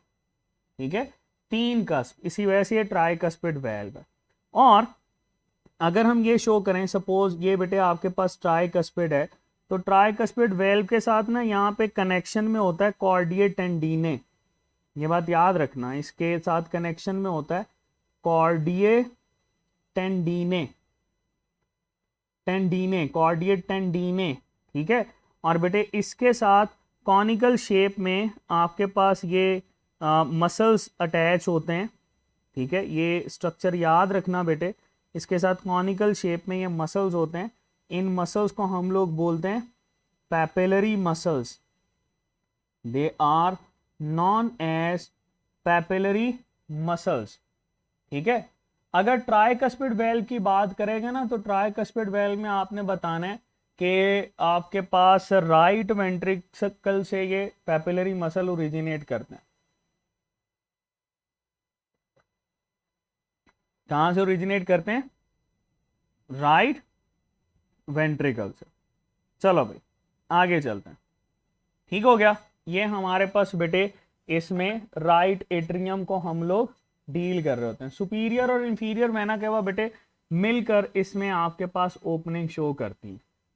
ठीक है जी, चलो ये बेटे हमारे पास आता है ट्राइकस्पिड वेल्व, इसमें deoxygenated blood and then this deoxygenated blood enters into this। ठीक है, और ये बेटे यहां से मूव करता है पल्मोनरी ट्रंक की तरफ। ठीक है, अच्छा अब इस सर्कुलेशन को जरा देख लेते हैं कि ये सर्कुलेशन हमारे पास क्या कहलाती है। बेटे ये शॉर्टर सर्किट सर्कुलेशन भी कहलाती है। ठीक है, इसको हम लोग पल्मोनरी सर्कुलेशन भी बोलते हैं, that is known as pulmonary circulation। ठीक है जी, इसको बेटे शॉर्टर सर्किट सर्कुलेशन भी बोलते हैं। ये हमारे पास शॉर्टर सर्किट सर्कुलेशन कहलाती है। ठीक है, इसके साथ ऐड कर लें, ये हमारे पास शॉर्टर सर्किट बनता है, शॉर्टर सर्किट सर्कुलेशन। ठीक है, इसमें होता क्या है बेटा, देखो इसमें आप लोगों ने ये याद रखना है कि ये हमारे पास हार्ट से ब्लड लेता है और बेटे लंग्स की तरफ ब्लड लेकर जाता है। ठीक है, हार्ट से ब्लड लेता है और किसकी तरफ लेकर जाता है, लंग्स की तरफ। हार्ट से ब्लड लेगा और लंग्स की तरफ लेकर जाता है, इसको बोलते हैं बेटे पल्मोनरी सर्कुलेशन। अब आपके पास सवाल ये आता है कि हार्ट से लंग्स की तरफ कौन सा ब्लड जाता है बेटा, हार्ट से लंग्स की तरफ ब्लड जाता है डीऑक्सीजनेटेड, इसी वजह से मैंने इसको ब्लू कलर के साथ लिखा। और अगर लंग्स से हार्ट की तरफ बात की जाए तो ऑक्सीजनेटेड ब्लड, इसी वजह से इसको रेड के साथ लिखा है। ठीक है, अच्छा फिर सवाल आता है कि इस सर्किट के बारे में बताओ भाई, आप क्या जानते हो। इस सर्किट में आप लोगों ने याद रखना है कि हमारे पास भाई सबसे पहले वेना कैवा, ये वेना कैवा से बेटा डीऑक्सीजनेटेड ब्लड आता है राइट एट्रियम के पास, राइट एट्रियम से जाता है राइट वेंट्रिकल के पास, राइट वेंट्रिकल से जा रहा होता है ये बेटे पल्मोनरी ट्रंक के पास, पल्मोनरी ट्रंक, या पल्मोनरी बेटे इनको आर्टरीज भी बोलते हैं। कितनी होती हैं? ये 2 होती हैं, ठीक है। यहां से बेटे फिर ये मूव करता है टूवर्ड किसके पास? ये मूव कर रहा होता है लंग्स के पास। लंग्स वो वाली साइट होती हैं जहां पे इसकी ऑक्सीजनेशन होती है, और वहां से बेटे पल्मोनरी वेन्स जो हैं ये ऑक्सीजनेटेड ब्लड को कैरी करते हैं, ठीक है। तो बेटे यहां पर सबसे पहले तो आपसे ये पूछा जाता है कि डीऑक्सीजनेटेड ब्लड जो है वो आपको कहां पे कहां से कहां तक नजर आता है। तो पहले तो आप लोगों ने ये बताना है कि ये राइट वेंट्रिकल भी डीऑक्सीजनेटेड ब्लड है। इससे आगे बेटे यहां पर भी आपको डीऑक्सीजनेटेड ब्लड नजर आता है। फिर इससे आगे आप लंग्स तक इसको डीऑक्सीजनेटेड ब्लड को डील करते हो, ठीक है। That is up to the level of lungs. यहां तक डीऑक्सीजनेटेड ब्लड है। अब लंग्स वो वाली साइट होती हैं जहां से बेटे ऑनवर्ड आगे आपको ऑक्सीजनेटेड ब्लड जो है बेटा वो नजर आता है। इससे आगे ऑक्सीजनेटेड ब्लड, तो ये हमने रेड कलर के साथ लिख लिया, ठीक है जी। तो ये ऑक्सीजनेटेड डीऑक्सीजनेटेड ब्लड को डील करते हैं। सवाल ये आता है कि राइट एट्रियम और राइट वेंट्रिकल के दरमियान वेल्व कौन सा होता है? There is tricuspid valve. Pulmonary trunk की बेस के ऊपर कौन सा वेल्व होता है? That is semi lunar valve, ठीक है। सेमी ल्यूनर वेल्व होता है। तो ये बेटे हमारे पास शॉर्टर सर्किट, इसको हम लोग राइट हार्ट सर्कुलेशन भी बोलते हैं। उसकी वजह यह है कि राइट एट्रियम और राइट वेंट्रिकल इसमें शामिल होते हैं, ठीक है जी। अच्छा, फिर बेटे हमारे पास ये सारा का सारा ऑक्सीजनेटेड ब्लड जो है ये एंटर होता है इनमें पल्मोनरी वेन्स से। कितनी पल्मोनरी वेन्स हैं? 4। इनसे बेटे ये आएगा इसमें लेफ्ट एट्रियम के अंदर। लेफ्ट एट्रियम से फिर ये वेल्व क्रॉस करेगा। इस वेल्व को हम लोग क्या बोलते हैं? दैट वेल्व बेटे इज रेफर टू एज, कौन सा वेल्व बोलते हैं? ये जो वेल्व है बेटे हमारे पास, इसको बायकस्पिड वेल्व बोला जाता है। हाफ मून शेप नहीं बेटे, हाँ सेमी ल्यूनर को हाफ मून कह रहे हैं, बिल्कुल सही है। लेकिन ये बात याद रखना कि ये सेमी ल्यूनर जो होता है ये आपके पास ट्राइकस्पिड वेल्व होता है, चाहे हाफ मून शेप है, ठीक है जी। बायकस्पिड में हमारे पास बेटे ये 2 कस्प नजर आते हैं। There are 2 cusp in it. इसमें हमारे पास बेटे 2 कस्प नजर आ रहे होते हैं, और ये 2 कस्प की वजह से ही हम इसको बायकस्पिड वेल्व बोलते हैं, ठीक है। या हम लोग इसको एक और नाम भी दे रहे होते हैं, दैट इज माइट्रल वेल्व। ये बेटे हमारे पास माइट्रल वेल्व कहलाता है। तो अगर आपसे ये पूछा जाए कि माइट्रल वेल्व सिर्फ और सिर्फ किस में नजर आता है, तो बेटे लेफ्ट हार्ट के अंदर, या हम इसको ये भी कहते हैं कि आपके पास लेफ्ट एट्रियम और लेफ्ट वेंट्रिकल के दरमियान में मौजूद होता है। ओके, तो ये बात बेटे आप लोगों ने याद रखनी है। अब यहां से फिर ये जो आपके पास ऑक्सीजनेटेड ब्लड होता है that gets enter into the aorta. ये बेटे एओर्टा में जाता है, ठीक है। और एओर्टा से फिर ये इस तरह से ऑक्सीजनेटेड ब्लड जो है बेटा ये थ्रू आउट बॉडी ट्रांसपोर्ट होता है। लेकिन इसकी बेस के ऊपर भी आप लोगों ने ये एक का वेल्व पड़ा हुआ है एओर्टा की बेस के ऊपर, उसको क्या बोल रहे होते हैं बेटा? ये वेल्व कौन सा कहलाता है? इसको हम लोग बोलते हैं एओर्टिक वेल्व। ये भी ट्राइकस्पिड वेल्व होता है, ठीक है। ये भी ट्राइकस्पिड वेल्व हमारे पास होता है। तो बेटे ये वेल्व हम लोगों ने डील किए, माइट्रल वेल्व और एओर्टिक वेल्व। अब ये जो वेल्व हैं ये आपके पास बेटे कौन सी सर्कुलेशन करवाते हैं, इसको हम लोगों ने डील करना है।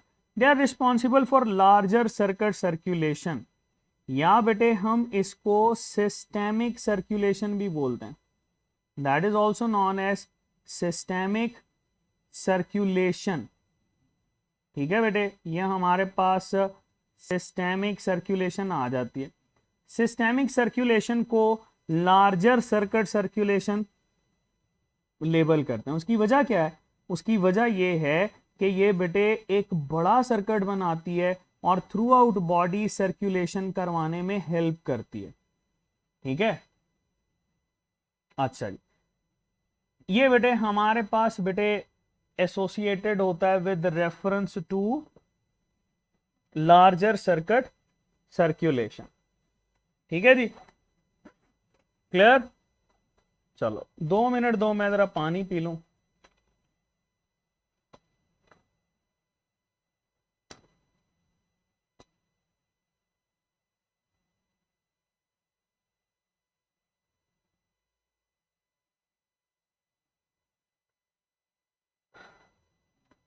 अच्छा जी, एट्रियो वेंट्रिकुलर वेल्व भी बेटे बोलते हैं। चलो आगे डील करते हैं। हमारे पास बेटे ये लार्जर सर्किट सर्कुलेशन, इसमें आप लोगों ने याद रखना है कि जब भी आपसे पूछा जाएगा तो ये बेटे हार्ट से सर्कुलेशन करवाता है बॉडी की तरफ। सो ये बात याद रखना, हार्ट से जब भी आप लोग सर्कुलेशन डील करते हो कि बॉडी की तरफ ये सर्कुलेशन किस तरह से जाती है और कौन लेकर जा रहा होता है, कौन सा ब्लड कहाँ पे जाता है। तो पहले देखो, हार्ट से बॉडी की तरफ ब्लड जाता है ऑक्सीजनेटेड, ठीक है, और बॉडी से बेटे हार्ट की तरफ ब्लड आ रहा होता है डीऑक्सीजनेटेड। तो एक तो ये बात आप लोगों ने याद रखनी है। दूसरा, आप लोगों ने यहां पर ये याद रखना है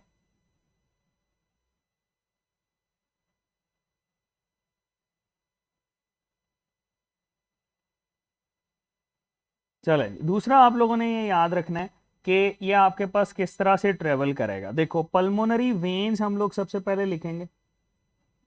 देयर आर पल्मोनरी वेन्स। कितनी बेटे पल्मोनरी वेन्स होती हैं? They are 4 in number.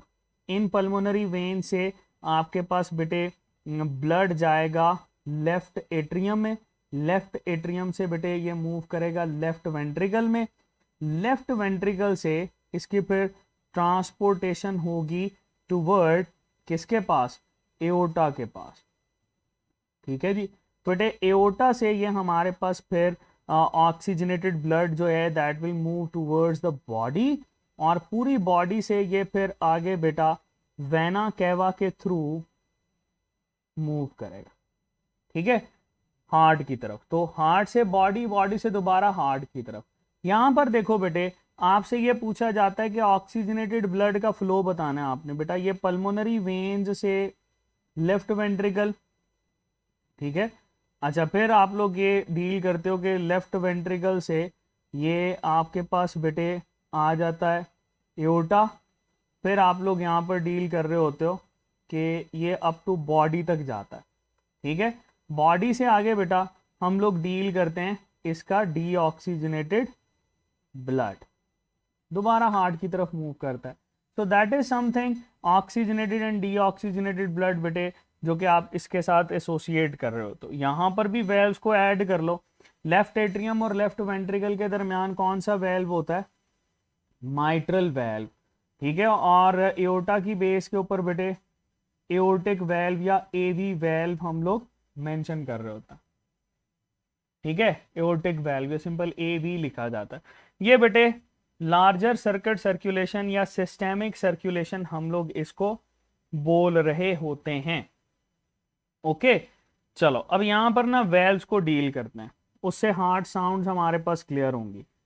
तो बेटे वेल्व्स हमारे पास होते हैं, they are of 2 main categories. ठीक है, कौन कौन से? एक हमारे पास होते हैं बेटा इनलेट वेल्व्स, उनको बोलते हैं इनलेट वेल्व्स। ओके जी, एक होते हैं बेटे हमारे पास आउटलेट वेल्व्स। एक है इनलेट वेल्व्स और एक है बेटा जी आउटलेट वेल्व्स। इसको डील करना है हमने, देख लेते हैं बेटे। ये जो हमारे पास इनलेट वेल्व्स होते हैं, इसमें कितने वेल्व्स आ जाते हैं बताओ? इनलेट वेल्व वो वाले हैं जो कि मेन चेंबर्स के अंदर एंट्री करवाते हैं। तो बेटे आपके पास यहां पर 2 वेल्व हैं, कौन कौन से? एक tricuspid valve plus mitral valve. ठीक है, अगर आपसे ये कहा जाए कि हमारे पास आउटलेट वेल्व्स कौन से होते हैं, तो आउटलेट वेल्व्स वो वाले होंगे जो कि बेटे ये वेंट्रिकल से अवे, मतलब वेंट्रिकल उनमें ड्रेन होता है। ये हमारे पास दो होते हैं बेटा, कौन कौन सा, एक आ जाता है सेमी ल्यूनर वेल्व, दूसरा आ जाता है एओर्टिक वेल्व। ओके, जब भी बेटे वेल्व क्लोज होंगे ना तो आपके पास साउंड प्रोड्यूस होगी। जैसे ट्राइकस्पिड वेल्व और माइट्रल वेल्व जब क्लोज होंगे, इनका क्लोजर होगा तो इसके क्लोजर से आपके पास साउंड प्रोड्यूस होगी lub, there will be a sound that will be referred to as lub. और अगर आपके पास बेटे ये क्लोज होते हैं आउटलेट वेव्स, तो इनसे बेटे हमारे पास साउंड प्रोड्यूस होगी, that is known as dub sound. तो लब और डब साउंड है। तो क्लोजर बेटे जब भी वेल्व्स का क्लोजर होगा तो आपके पास ये साउंड प्रोड्यूस होगी। ये बेटे हमारे पास कहलाती हैं हार्ड साउंड्स, लब डब, ये हमारे पास क्या कहलाती हैं, हार्ड साउंड्स कहलाती हैं। अब आपसे ये भी पूछा जाता है कि हार्ड साउंड्स को भाई डिटेक्ट किसके जरिए से करते हो, तो सिंपल सा है, स्टेथोस्कोप। स्टेथोस्कोप के थ्रू बेटे हम लोग इसको डिटेक्ट कर रहे होते हैं। तो ये वेल्व्स के बारे में बहुत इंपॉर्टेंटली आप लोगों ने याद रखना है। ये वेल्व्स ही बेटे आपके पास रोल प्ले कर रहे होते हैं कि अगर सिनोसिस है या रीगर्जिटेशन है उसको डील करते हैं। ओके बेटा, तो ये हमारे पास वेल्व्स थे, ये चैम्बर हम लोगों ने डील किए। ये बेटे इसमें आपके पास जो मेन स्ट्रक्चर होता है उसको डील कर रहा होता है। पाथवे हम लोगों ने इसके साथ ही डील कर लिया, जिसमें हमारे पास पल्मोनरी सर्कुलेशन और सिस्टेमिक सर्कुलेशन को मेंशन किया। ओके, चलो अब मुझे ये बताओ कि हमारे पास भाई ये जो एओर्टा होती है, इस एओर्टा के अंदर आप लोग कितने तरह के जो मेंशन है वो कर रहे होते हो हिस्से।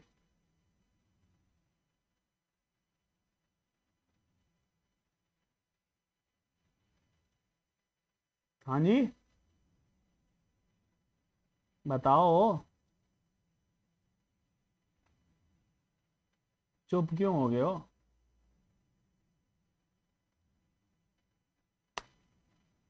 लब ओपन होने पर नहीं आता, 3 ऊपर जाते।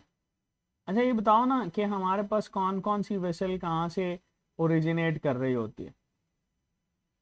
हाँ, चलो हम जरा यहाँ पर डील करते हैं। सपोज मैं ये कहता हूँ कि जी ये हमारे पास है दैट इज एओर्टा, ठीक है। एओर्टा में ना आप लोग ये इसकी बेस ऑफ एओर्टा को डील करते हो, ठीक है। ये हमारे पास क्या है, that is refer to as base of aorta. तो बेटे बेस ऑफ एओर्टा से यहां से वेसल निकलती हैं, ठीक है, जो कि हमारे पास कहलाती हैं कोरोनरी आर्टरीज।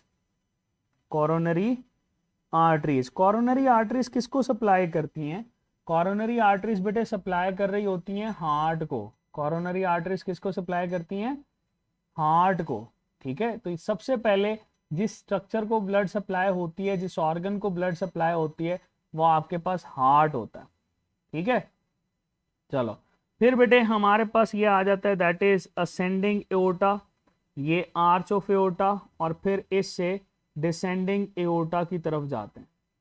असेंडिंग, डिसेंडिंग और आर्च ऑफ एओर्टा को हम लोग बेटे डील कर रहे होते हैं, ठीक है।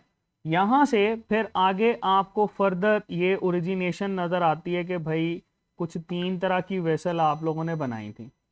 कौन कौन सी? एक बेटे यहां पर आ जाती है, that is the one and that is the one, ठीक है।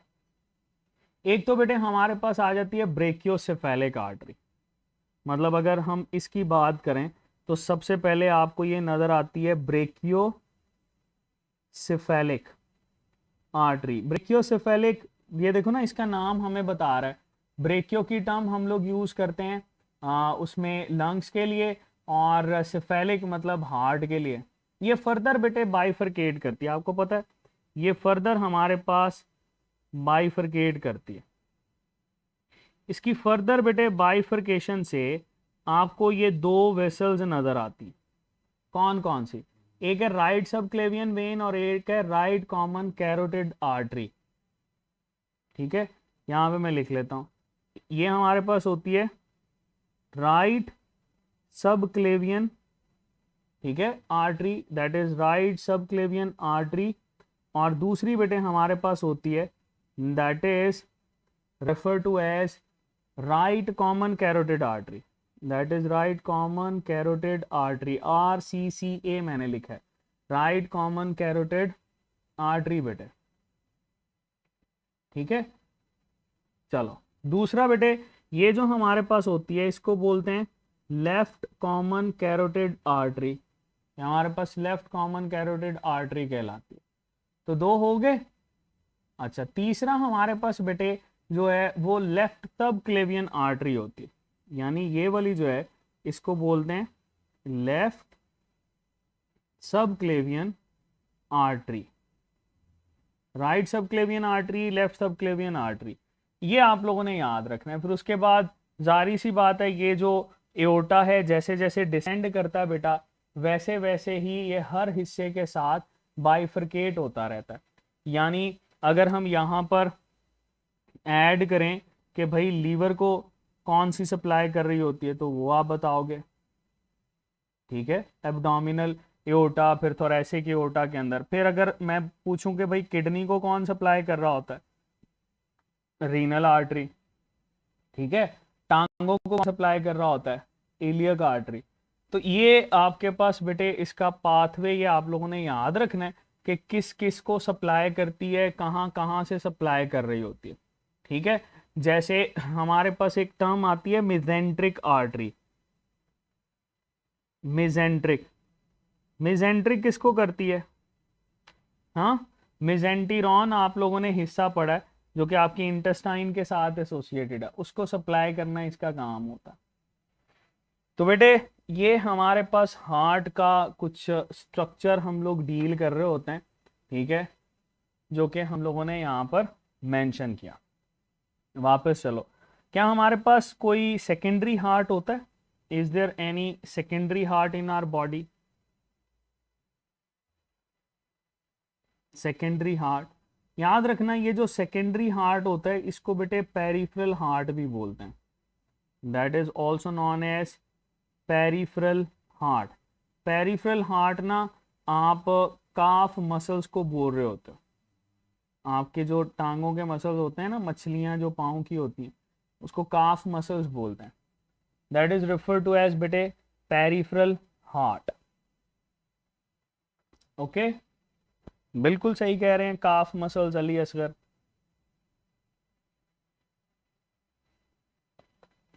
चलें जी, अच्छा अब थोड़ी सी चीजें उसको वाइंड अप करते हैं। अगर आप इसका पेरेंट स्ट्रक्चर देखते हैं ना तो इसमें कुछ सेप्टम्स नजर आते हैं। एक बेटे हमारे पास होता है इंटर एट्रियल सेप्टम, ठीक है, दो एट्रिया के दरमियान में आपको ये नजर आता है। दो वेंट्रिकल के दरमियान में होता है इंटर वेंट्रिक्यूलर सेप्टम, ठीक है। और जब भी आप लोग एट्रिया और वेंट्रिकल के दरमियान में देखते हो तो that will be refer to as atrioventricular septum.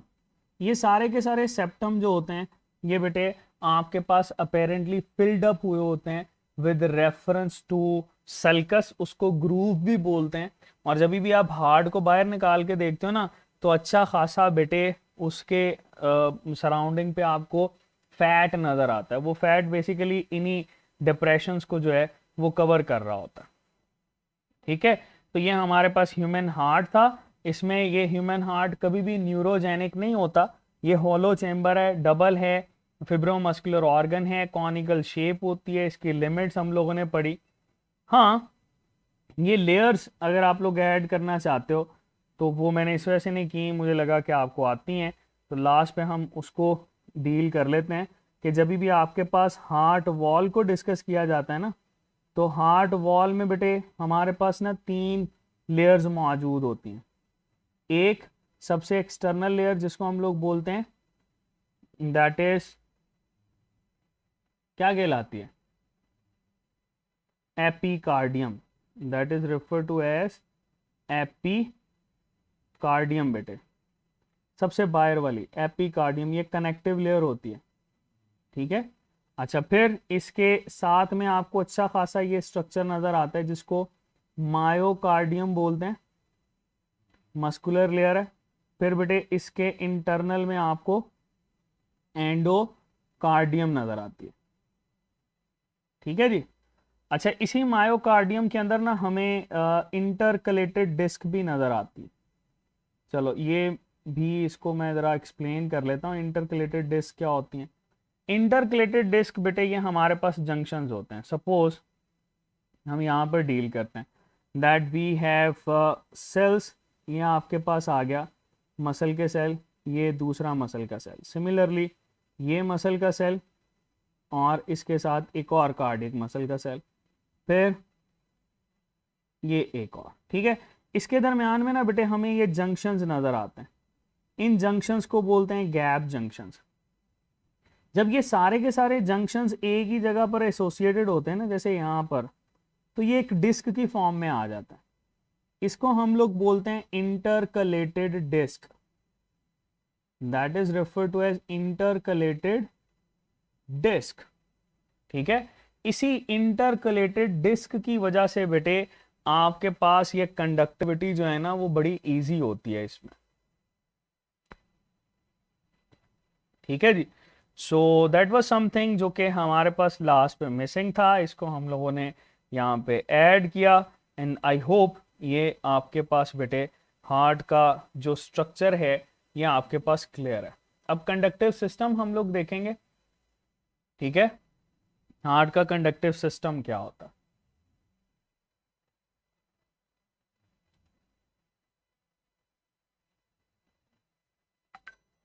ठीक है जी, 2 मिनट के लिए ब्रेक।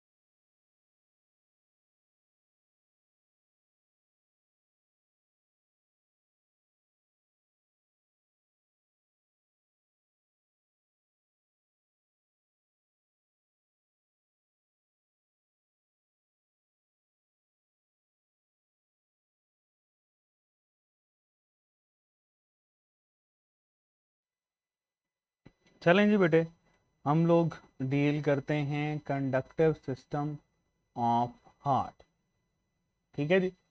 तो कंडक्टिविटी ऑफ हार्ट हम लोगों ने डील करनी है, और इसमें ना आप लोगों ने याद रखना है कि जब भी आप ये कंडक्टिविटी ऑफ हार्ट को डील करते हो तो एक चीज़ जो कि शुरू में ही आपके पास क्लियर हो जानी चाहिए कि हार्ट जो है ना बेटे, ये हत्तुल इम्कान कोशिश करता है कि आप जिंदा रहें, आखिरी दम तक कोशिश करता है आप जिंदा रहें, ठीक है। और इसके पास ना अपना कंडक्टिव सिस्टम भी होता है, that has its own conductive system. इसके पास बेटे अपना कंडक्टिव सिस्टम होता है और इसी कंडक्टिव सिस्टम की वजह से ये सरवाइव करता है।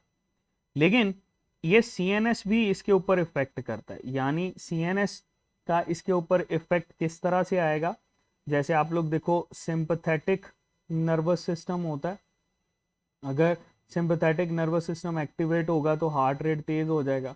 अगर बेटे पैरासिम्पैथेटिक है तो ये इसको नॉर्मल की तरफ लेकर जाता है। सो सिंपैथेटिक और पैरासिम्पैथेटिक नर्वस सिस्टम दोनों ही बेटे इसके ऊपर इफेक्ट करते हैं। अच्छा, एक बच्चा यहाँ पे पूछ रहा है कि क्या हार्ट राइट साइड पे भी होता है? बिल्कुल बेटे, ये सुन लो, उसको बोलते हैं रेटिरोकार्डिया। रेटिरोकार्डिया, ये रेटिरोकार्डिया हमारे पास दो तरह से होता है। एक होता है इनकम्प्लीट रेट्रोकार्डिया। इनकम्प्लीट रेट्रोकार्डिया क्या होता है कि इसमें हार्ट तो राइट साइड में चला जाता है, ठीक है, लीवर राइट साइड पे रहता है। लेकिन जब हम लोग कंप्लीट रेट्रोकार्डिया की बात करते हैं तो कंप्लीट रेट्रोकार्डिया में क्या होता है, हार्ट राइट साइड पे चला जाता है और लीवर लेफ्ट साइड पे आ जाता है। हार्ट राइट साइड पे चला जाता है और लीवर बेटे हमारे पास लेफ्ट साइड पे आ जाता है। इसको कंप्लीट रेट्रोकार्डिया बोलते हैं, ठीक है। कंप्लीट रेट्रोकार्डिया में सर्वाइवल के चांसेस ज्यादा होते हैं, जबकि इनकम्प्लीट में सर्वाइवल के चांसेस कम होते हैं। आई होप बच्चे ये आपका ये क्लियर हो गया होगा। वैसे ये रेट्रोकार्डिया आपके सिलेबस में नहीं है, ठीक है जी। तो बेटे ये हमारे पास अपना कंडक्टिव सिस्टम रख रहा होता है। अब इसकी कंडक्टिविटी जो है उसको हम लोगों ने देखना है। जब भी आप इसकी कंडक्टिविटी को देखते हो ना, तो कंडक्टिविटी में बेटे आप मेंशन करते हो इसके हार्ट रेट को। अब हार्ट रेट आप लोगों ने ये पढ़ा है कि 72 बीट्स पर मिनट होती है, ठीक है, यानी ये इसका नॉर्मल का हार्ट रेट होता है। अगर 72 बीट्स से ज्यादा जाता है तो इसको क्या बोलते हैं, हाँ, टैकीकार्डिया। अगर हार्ट रेट ज्यादा हो जाता है that will be refer to as tachycardia. अगर हार्ट रेट कम हो जाता है तो इसको बेटे बोलते हैं ब्रैडीकार्डिया। ब्रैडी में आपके पास हार्ट रेट स्लो हो जाता है, तो टैकीकार्डिया और ब्रैडीकार्डिया, ठीक है, ये हम लोगों ने इसके साथ बेटे डील करना है। अब हमारे पास ये जो हार्ट का कंडक्टिव सिस्टम है इसको जरा देख लेते हैं। ये देखो बेटे हमारे पास है that is a conductive system of heart. इसके पास अपना कंडक्टिव सिस्टम नजर आ रहा है। इसमें बेटा ये जो हिस्सा है इसको हम लोग बोलते हैं SA नोड। SA नोड के बारे में ना पोजीशन से आपके पास क्वेश्चन आया होगा, ठीक है। ये राइट एट्रियम की लेटरल साइड पे, ठीक है, दैट इज राइट एट्रियम और उसकी लेटरल साइड पे मौजूद होता है, ठीक है। अगर मजीद ऐड करना चाहते हो तो अपर लेटरल साइड पे मौजूद होता है, दैट इज SA नोड, ठीक है। इसकी पोजीशन पूछी जाती है। SA नोड से बेटे हमारे पास फर्दर ये हमारे पास लेबल कर रहे होते हैं इसको, दैट इज बेटे दिस, और हम इसको डील करते हैं विद रेफरेंस टू दिस, जरा थिक के साथ बनाते हैं। ये बेटे हमारे पास इसमें ये वाला हिस्सा, इसको बोलते हैं हम लोग AV नोड, ठीक है। AV नोड क्यों बोलते हैं, क्योंकि बेटा ये एट्रियो वेंट्रिक्यूलर है, एट्रिया और वेंट्रिक्यूलर के दरमियान में ये नजर आता है, इसी वजह से एट्रियो वेंट्रिक्यूलर नोड बेटे लेबल किया जाता है, ठीक है। फिर इसके दरमियान में हमें बेटा ये स्ट्रक्चर नजर आता है जिसको हम लोग बोलते हैं that is bundle of his. क्या बोलते हैं, बंडल ऑफ हिस, ठीक है। फिर यहां से बेटे बंडल ब्रांचेस निकलती हैं, उसमें राइट बंडल ब्रांच है, लेफ्ट बंडल ब्रांच है। तो अगर आप सिंपल ऐड करना चाहते हो तो आपको ये पता होना चाहिए कि इसमें ये बंडल ब्रांचेस होती हैं, ये वाली, ठीक है। ये कौन सी हैं, they are refer to as bundle branches. इन बंडल ब्रांचेस में right bundle branch, left bundle branch आ जाती। लेकिन अगर आप सीधा सीधा इनके फाइबर्स को डील करते हो बेटे, तो ये फाइबर्स जो हैं ये हमारे पास एसोसिएटेड होते हैं with reference to Purkinje fibres, इनको परकिंजे फाइबर्स बोलते हैं। ठीक है, परकिंजे फाइबर्स कंडक्टिव जो हैं, ये कंडक्टिव आपके पास सेल्स होते हैं और बेटे यहां से आपके पास कंडक्टिविटी चल रही होती है। तो ये इसका ना कंडक्टिव सिस्टम है हार्ट का। SA node, AV node, bundle of His, bundle branches हैं और परकिंजे फाइबर होता है। ये जो बेटे हमारे पास ऐसे नोड होता है ना, इसको पेस मेकर ऑफ हार्ट भी बोलते हैं, पेस मेकर। ठीक है, नेचुरल पेस मेकर या रिदमिक सेंटर भी बोला जाता है, that is also known as rhythmic centre of heart, क्योंकि यही वो हिस्सा होता है बेटा जो कि इसके रिदम को कंट्रोल कर रहा होता है। अगर ये नहीं होगा तो आपके पास बेटे ये कभी भी इसमें कंडक्टिविटी नहीं करेगा। ये बेसिकली कुछ कार्डियक फाइबर्स की कंडक्टिव डिफ्यूजन से बना होता है ना, ऐसे नोड जो है ना, ये कार्डियक फाइबर्स की फ्यूजन से बना होता है, इसी वजह से इसको हम लोग ऐसे नोड बेटे लेबल कर रहे होते हैं। ओके हो गया। अच्छा, एक सवाल क्या आता है कि ये हमारे पास कहाँ पर मौजूद होते हैं? ज़्यादातर तो मायोकार्डियम में मौजूद होते हैं, लेकिन अगर आप मेंशन करो so they are some kind of endocardium वाले पोर्शन में भी बेटे ये आपको नज़र आते हैं। हार्ट की या किसी भी स्ट्रक्चर की कंडक्टिविटी को देखना हो ना, तो आपको बेटे इसमें से करंट को डील करना पड़ेगा, और वो करंट हमारे पास किस तरह से डील किया जाता है? That is with reference to electrocardiogram. ठीक है, ये आपको डील करना पड़ेगा इलेक्ट्रोकार्डियोग्राम। इलेक्ट्रोकार्डियोग्राम हम लोग ईसीजी को बोल रहे होते हैं। ठीक है, तो जरा ईसीजी बना लेते हैं कि ये भाई आपके पास किस तरह से एसोसिएटेड होती है। ठीक है, चलो ईसीजी में एक साइड पे बेटे हमारे पास टाइम मेंशन किया जाता है, इस साइड पे हम मेंशन कर लेते हैं टाइम। ठीक है, दूसरी साइड पे बेटे हमारे पास इसका इलेक्ट्रिकल पोटेंशियल डिस्कस किया जाता है, दैट इज इलेक्ट्रिकल पोटेंशियल, जो कि ज़्यादातर मिली वोल्ट में होता है। मैंने आपको बताया था कि हार्ट जो होता है ना, ये -90 मिली वोल्ट पे नॉर्मली रिजाइड करता है। ठीक है, रेस्टिंग कंडीशन के अंदर बेटे ये आपके पास स्ट्रेट लाइन शो कर रहा होता, दैट इज स्ट्रेट लाइन। अब स्ट्रेट लाइन इस बात की निशानी है कि यहाँ पे कोई भी कंडक्टिविटी नहीं हो रही। जैसे ही बेटे ये ऐसे नोड से मैसेज आता है, ऐसे नोड से एवी नोड की तरफ, तो यहां पर बेटे आपके पास एक वेव जनरेट होती है, that wave is refer to as P wave. इस वेव को हम लोग क्या बोलते हैं? P wave. ये पी वेव बेटे किस चीज को शो करती है बताना है आपने। पी वेव हमारे पास एट्रियल डीपोलराइजेशन को शो करती है, एट्रियल डीपोलराइजेशन को बेटे ये शो कर रही होती है। ठीक है, इसको हम लोग एट्रियल सिस्टोल भी बोलते हैं, that is also known as atrial systole. इसका अगर आपसे टाइम पूछा जाए तो 0.1 सेकेंड में बेटे ये कंप्लीट हो रही होती है।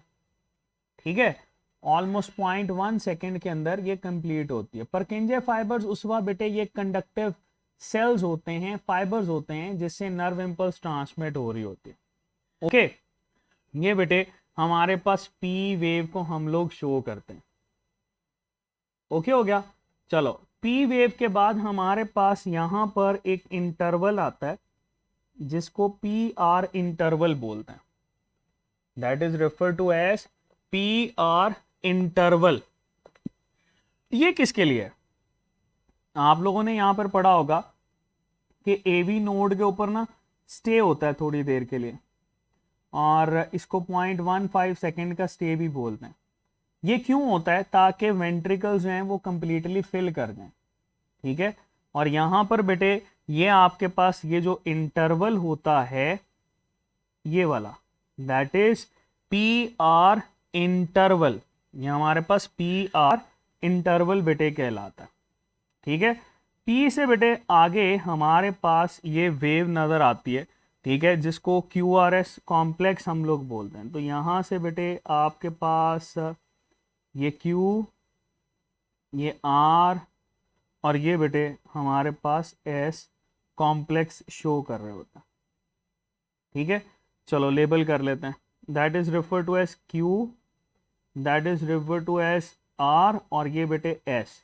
क्यू और एस कॉम्प्लेक्स जो होता है ये हमारे पास शो करता है किस चीज को, ये देखो ये यहां से लेकर यहां तक है ना। तो क्यू आर एस कॉम्प्लेक्स आपसे पूछा जाए तो आपने ये बताना है भाई कि ये जो क्यू आर एस कॉम्प्लेक्स होता है ये हमारे पास शो करता है वेंट्रिक्यूलर सिस्टोल को। ये किसको शो कर रहा होता है? Ventricular systole. तो यहां पे लिख लो that is showing ventricular systole. ठीक है, या हम ये भी कहते हैं कि ये वेंट्रिकुलर डीपोलराइजेशन को शो करता है, वेंट्रिकुलर डीपोलराइजेशन। तो बेटे वेंट्रिकुलर डीपोलराइजेशन शो करना क्यूआरएस कॉम्प्लेक्स का काम होता है। कितने टाइम में ये कंप्लीट होता है? तो यहां पर टाइम भी लिख लो, 0.3 सेकेंड के अंदर बेटे ये कंप्लीट हो रहा होता है। क्यूआरएस कॉम्प्लेक्स बेटे हम इसको बोलते हैं। ठीक है, इससे आगे हमारे पास बेटे ये जो सेगमेंट नजर आता है that is S T segment. ठीक है, एस और टी के दरमियान ये सेगमेंट होता है। ठीक है, ये जो एस टी सेगमेंट होता है ये प्रेजेंट कर रहा होता है कंप्लीशन ऑफ वेंट्रिकुलर डीपोलराइजेशन को, और साथ ही साथ यहाँ पे रीपोलराइजेशन इनिशिएशन को। और जब भी आप यहाँ पर देखोगे तो आपको बेटे ये टी वेव नजर आती है। That T wave is showing ventricular repolarisation. ये हमारे पास बेटे किसको शो करती है? ये शो करती है वेंट्रिकुलर रीपोलराइजेशन को। ठीक है, ये हमारे पास वेंट्रिकुलर रीपोलराइजेशन को शो करती है। यहां पर हम ये भी कहते हैं कि इसका टाइम पीरियड 0.4 सेकेंड भी होता है। तो इसके साथ बेटे आपको थ्रू आउट ये वाला जो सेगमेंट है that will be refer to as S T segment. ठीक है, ओवरऑल हम लोग 6 लीड्स के साथ जो है ना वो नॉर्मली ईसीजी को डिटेक्ट कर रहे होते हैं, और ये आपके पास इसको शो करता है। अगर तो बेटे वो कहता है कि इसका टाइम पीरियड यानी आपके पास 0.8 सेकेंड के अंदर ये कंप्लीट हो रहा है, तो ये तो नॉर्मल है ना। ठीक है, नॉर्मल वेव है। लेकिन अगर वो कहता है कि ये टाइम पीरियड भाई 0.6 से कम टाइम पे कंप्लीट हो रहा है, 0.6 सेकेंड पे कंप्लीट हो रहा है, इसका मतलब क्या है कि हार्ट रेट हमारे पास ज्यादा है। ठीक है, इसको हम लोग क्या बोलेंगे? टैकीकार्डिया। शुरू में पढ़ा था हमने, that will be refer to as tachycardia. ठीक है, अगर बेटे ये आपके पास 0.8 से भी ज्यादा है, मतलब 0.9 सेकेंड कह लो, यानी it is taking some time, slow है, इसको हम लोग बोलेंगे ब्रेडीकार्डिया। तो बेटे टैकीकार्डिया और ब्रेडीकार्डिया को आप इसके साथ एसोसिएट कर रहे हो। तो ओके हो गया। तो ये बेटे आप लोगों ने इलेक्ट्रोकार्डियोग्राम को इसके साथ डील करना है। हाँ, अब बात ये आ जाती है कि ईसीजी आपके लिए जरूरी क्यों है? ईसीजी हमें बताती है कि हार्ट का कंडक्टिव सिस्टम किस तरह से काम कर रहा है। जैसे अगर ऐसे नोड काम कर रहा होता है, नॉर्मली काम नहीं करता, तो इसकी वजह से अरिदमियाज जो है वो जनरेट होते हैं। चलो साथ साथ मेंशन करते रहते हैं। ईसीजी किसके लिए ज़रूरी होती है? ईसीजी हमारे पास बेटे सबसे पहले तो डिटेक्ट करती है एरिदमियाज। ठीक है, इसको बोलते हैं अरिदमियाज। अच्छा, इस अरिदमिया में लास्ट स्टेज हमारे पास आती है वेंट्रिकुलर फिब्रिलाइजेशन। ठीक है, वेंट्रिकुलर फिब्रिलेशन। आपका हार्ट ना आखिरी हद तक कोशिश करता है कि आपको बचाए। अगर ऐसे नोड काम करना छोड़ देता है तो एवी नोड बेटे इसको टेकअप कर लेता है। अगर एवी नोड काम करना छोड़ देता है तो बंडल ऑफ हिस अपटेक करता है। बंडल ऑफ हिस छोड़ देता है तो बेटे आपके पास परकिंजे फाइबर्स अपटेक कर लेते हैं। अगर वो भी छोड़ देता है तो आपके पास बेटे लेफ्ट वेंट्रिकल इसको अपटेक कर लेता है। तो हम ये कहते हैं कंडक्शन एनॉमलीज जो होती हैं, कंडक्शन एनॉमलीज मतलब आपके कंडक्टिव सिस्टम में अगर प्रॉब्लम है तो उसको डिटेक्ट करना है, इसका काम होता है। ठीक है, इसकी वजह से बेटे आप लोग बहुत ही ज़्यादा जो है वो इफेक्टिव कंट्रोल कर सकते हो। ठीक है, आप देखो जब भी किसी को भी आपके पास हार्ट अटैक होता है तो सबसे पहले उसकी ईसीजी देखी जाती है, क्या उसका कंडक्टिव सिस्टम नॉर्मल है। अगर तो बेटे नॉर्मल होता है तो तो आप इजीली जो है वो उसके ऊपर एक्शन करवा रहे होते हो। लेकिन अगर नॉर्मल नहीं है ना, तो आप बेटे फिर उस पे फर्दर इम्प्लीमेंटेशन करवाते हो। ओके, चलो हमने दो चीजें साथ साथ की हैं, कार्डियक साइकिल और बेटे हमारे पास ये इलेक्ट्रिकल कंडक्टिविटी। कार्डियक साइकिल को मैंने इसी के साथ ही वेंट्रिकुलर सिस्टोल, वेंट्रिकुलर डायस्टोल के साथ डिस्कस किया है। ठीक है, चलो मुझे ये बताओ कि स्ट्रोक वॉल्यूम क्या होता है। What is stroke volume? हाँ, स्ट्रोक वॉल्यूम क्या होता है? कभी किसी को आइडिया हो? स्ट्रोक वॉल्यूम कभी सुना है आपने? चलो ये दो चार सुन लो। स्ट्रोक वॉल्यूम क्या है? स्ट्रोक वॉल्यूम हम लोग बोलते हैं आपके पास वॉल्यूम ऑफ ब्लड, ठीक है, that is refer to as volume of blood exit by heart. ठीक है, अगर हार्ट जो है इसको एग्जिट करवाता है in each cardiac beat, in each cardiac beat, तो बेटे ये आपके पास स्ट्रोक वॉल्यूम कहलाता है। फिर आप लोग हार्ट रेट के बारे में बता सकते हो। हार्ट रेट क्या होता है? हार्ट रेट बेटे जिससे आप लोग ये बता रहे होते हो कि हार्ट जो है वो नॉर्मली कितना, जैसे 72 बीट्स पर टाइम डिस्कस करते हो। फिर आपके पास आ जाती है कार्डियक आउटपुट। ठीक है जी, there is cardiac output. Cardiac output का फॉर्मूला याद रखना, cardiac output is equal to stroke volume plus, sorry plus नहीं, यहां पर आएगा इनटू, ठीक है, मल्टीप्लाई करना है आपने हार्ट रेट के साथ। स्ट्रोक वॉल्यूम को मल्टीप्लाई कर देना है हार्ट रेट के साथ, आपके पास आ जाएगी कार्डियक आउटपुट। अच्छा, हार्ट, ये बच्चा कह रहा है कि जी remain in blood, blood remain in heart, ये गलत है बेटे। Stroke volume multiply by heart rate, ये आपके पास कार्डियक आउटपुट कहलाती है। ठीक है, तो ये हो सकता है आपके पास कहीं पर ऑप्शंस में यूज भी करे। और ये जो स्ट्रोक वॉल्यूम होता है ना, इसको अगर लंग्स के साथ देखोगे तो एनालोगस हम कंसीडर करते हैं, that is analogous to tidal volume. Tidal volume पढ़ा था ना? टाइडल वॉल्यूम वो वाला वॉल्यूम होता है रेस्पिरेटरी सिस्टम के अंदर जो नॉर्मली आपके पास रेस्पिरेशन के दौरान एक्सचेंज हो रहा होता। ठीक है, तो ये बेटे स्ट्रोक वॉल्यूम, हार्ट रेट और कार्डियक आउटपुट। ठीक है जी, तो ह्यूमन हार्ट जो है बेटा, उसका कंडक्टिव सिस्टम, उसकी ब्लड वेसल्स, उसका स्ट्रक्चर, ये सारा का सारा हम लोगों ने डील किया। ठीक है, बाकी इसमें क्वेश्चंस जो हैं वो मेरे ख्याल से मैक्सिमम हम लोगों ने कवर किए हैं। And I hope it will help you to understand कि हार्ट क्या है, हार्ट का कंडक्टिव सिस्टम क्या है, इसमें ईसीजी को किस तरह से डील करते हैं। हाँ, एक चीज़ और सुनते जाओ कि अगर हमारे पास ये टी वेव इन्वर्ट हो जाए ना, इन्वर्टेड टी वेव, तो इन्वर्टेड टी वेव इस चीज़ को शो कर रही होती है कि आपके पास भाई हार्ट अटैक आया है, इस पेशेंट को हार्ट अटैक आया। ठीक है, ये बात याद रखना, इसको हार्ट अटैक आया अगर इसकी टी वेव इन्वर्ट हो गई है। ओके जी, चलो मेरे ख्याल से आज के लिए इतना ही काफ़ी है। अभी हमारे पास ये जो यूनिट 8 है, इसके अंदर बेटे जो चीज़ें रहती हैं वो दो रहती हैं, लिम्फेटिक सिस्टम है और हमारे पास बेटे इम्यूनिटी रहती है। ठीक है, तो इसको हम लोग जो है वो डील करेंगे कल। ठीक है, कल हम लोग इसको डील करेंगे। बाकी बेटे आज के लिए इतना ही काफ़ी है। दो टॉपिक्स हमारे पास रह गए हैं जो कि कल हम लोग डील कर रहे होंगे। Wish you very best of luck students, खुश रहें, आबाद रहें, आसानियाँ पैदा करें अपने लिए, दूसरों के लिए।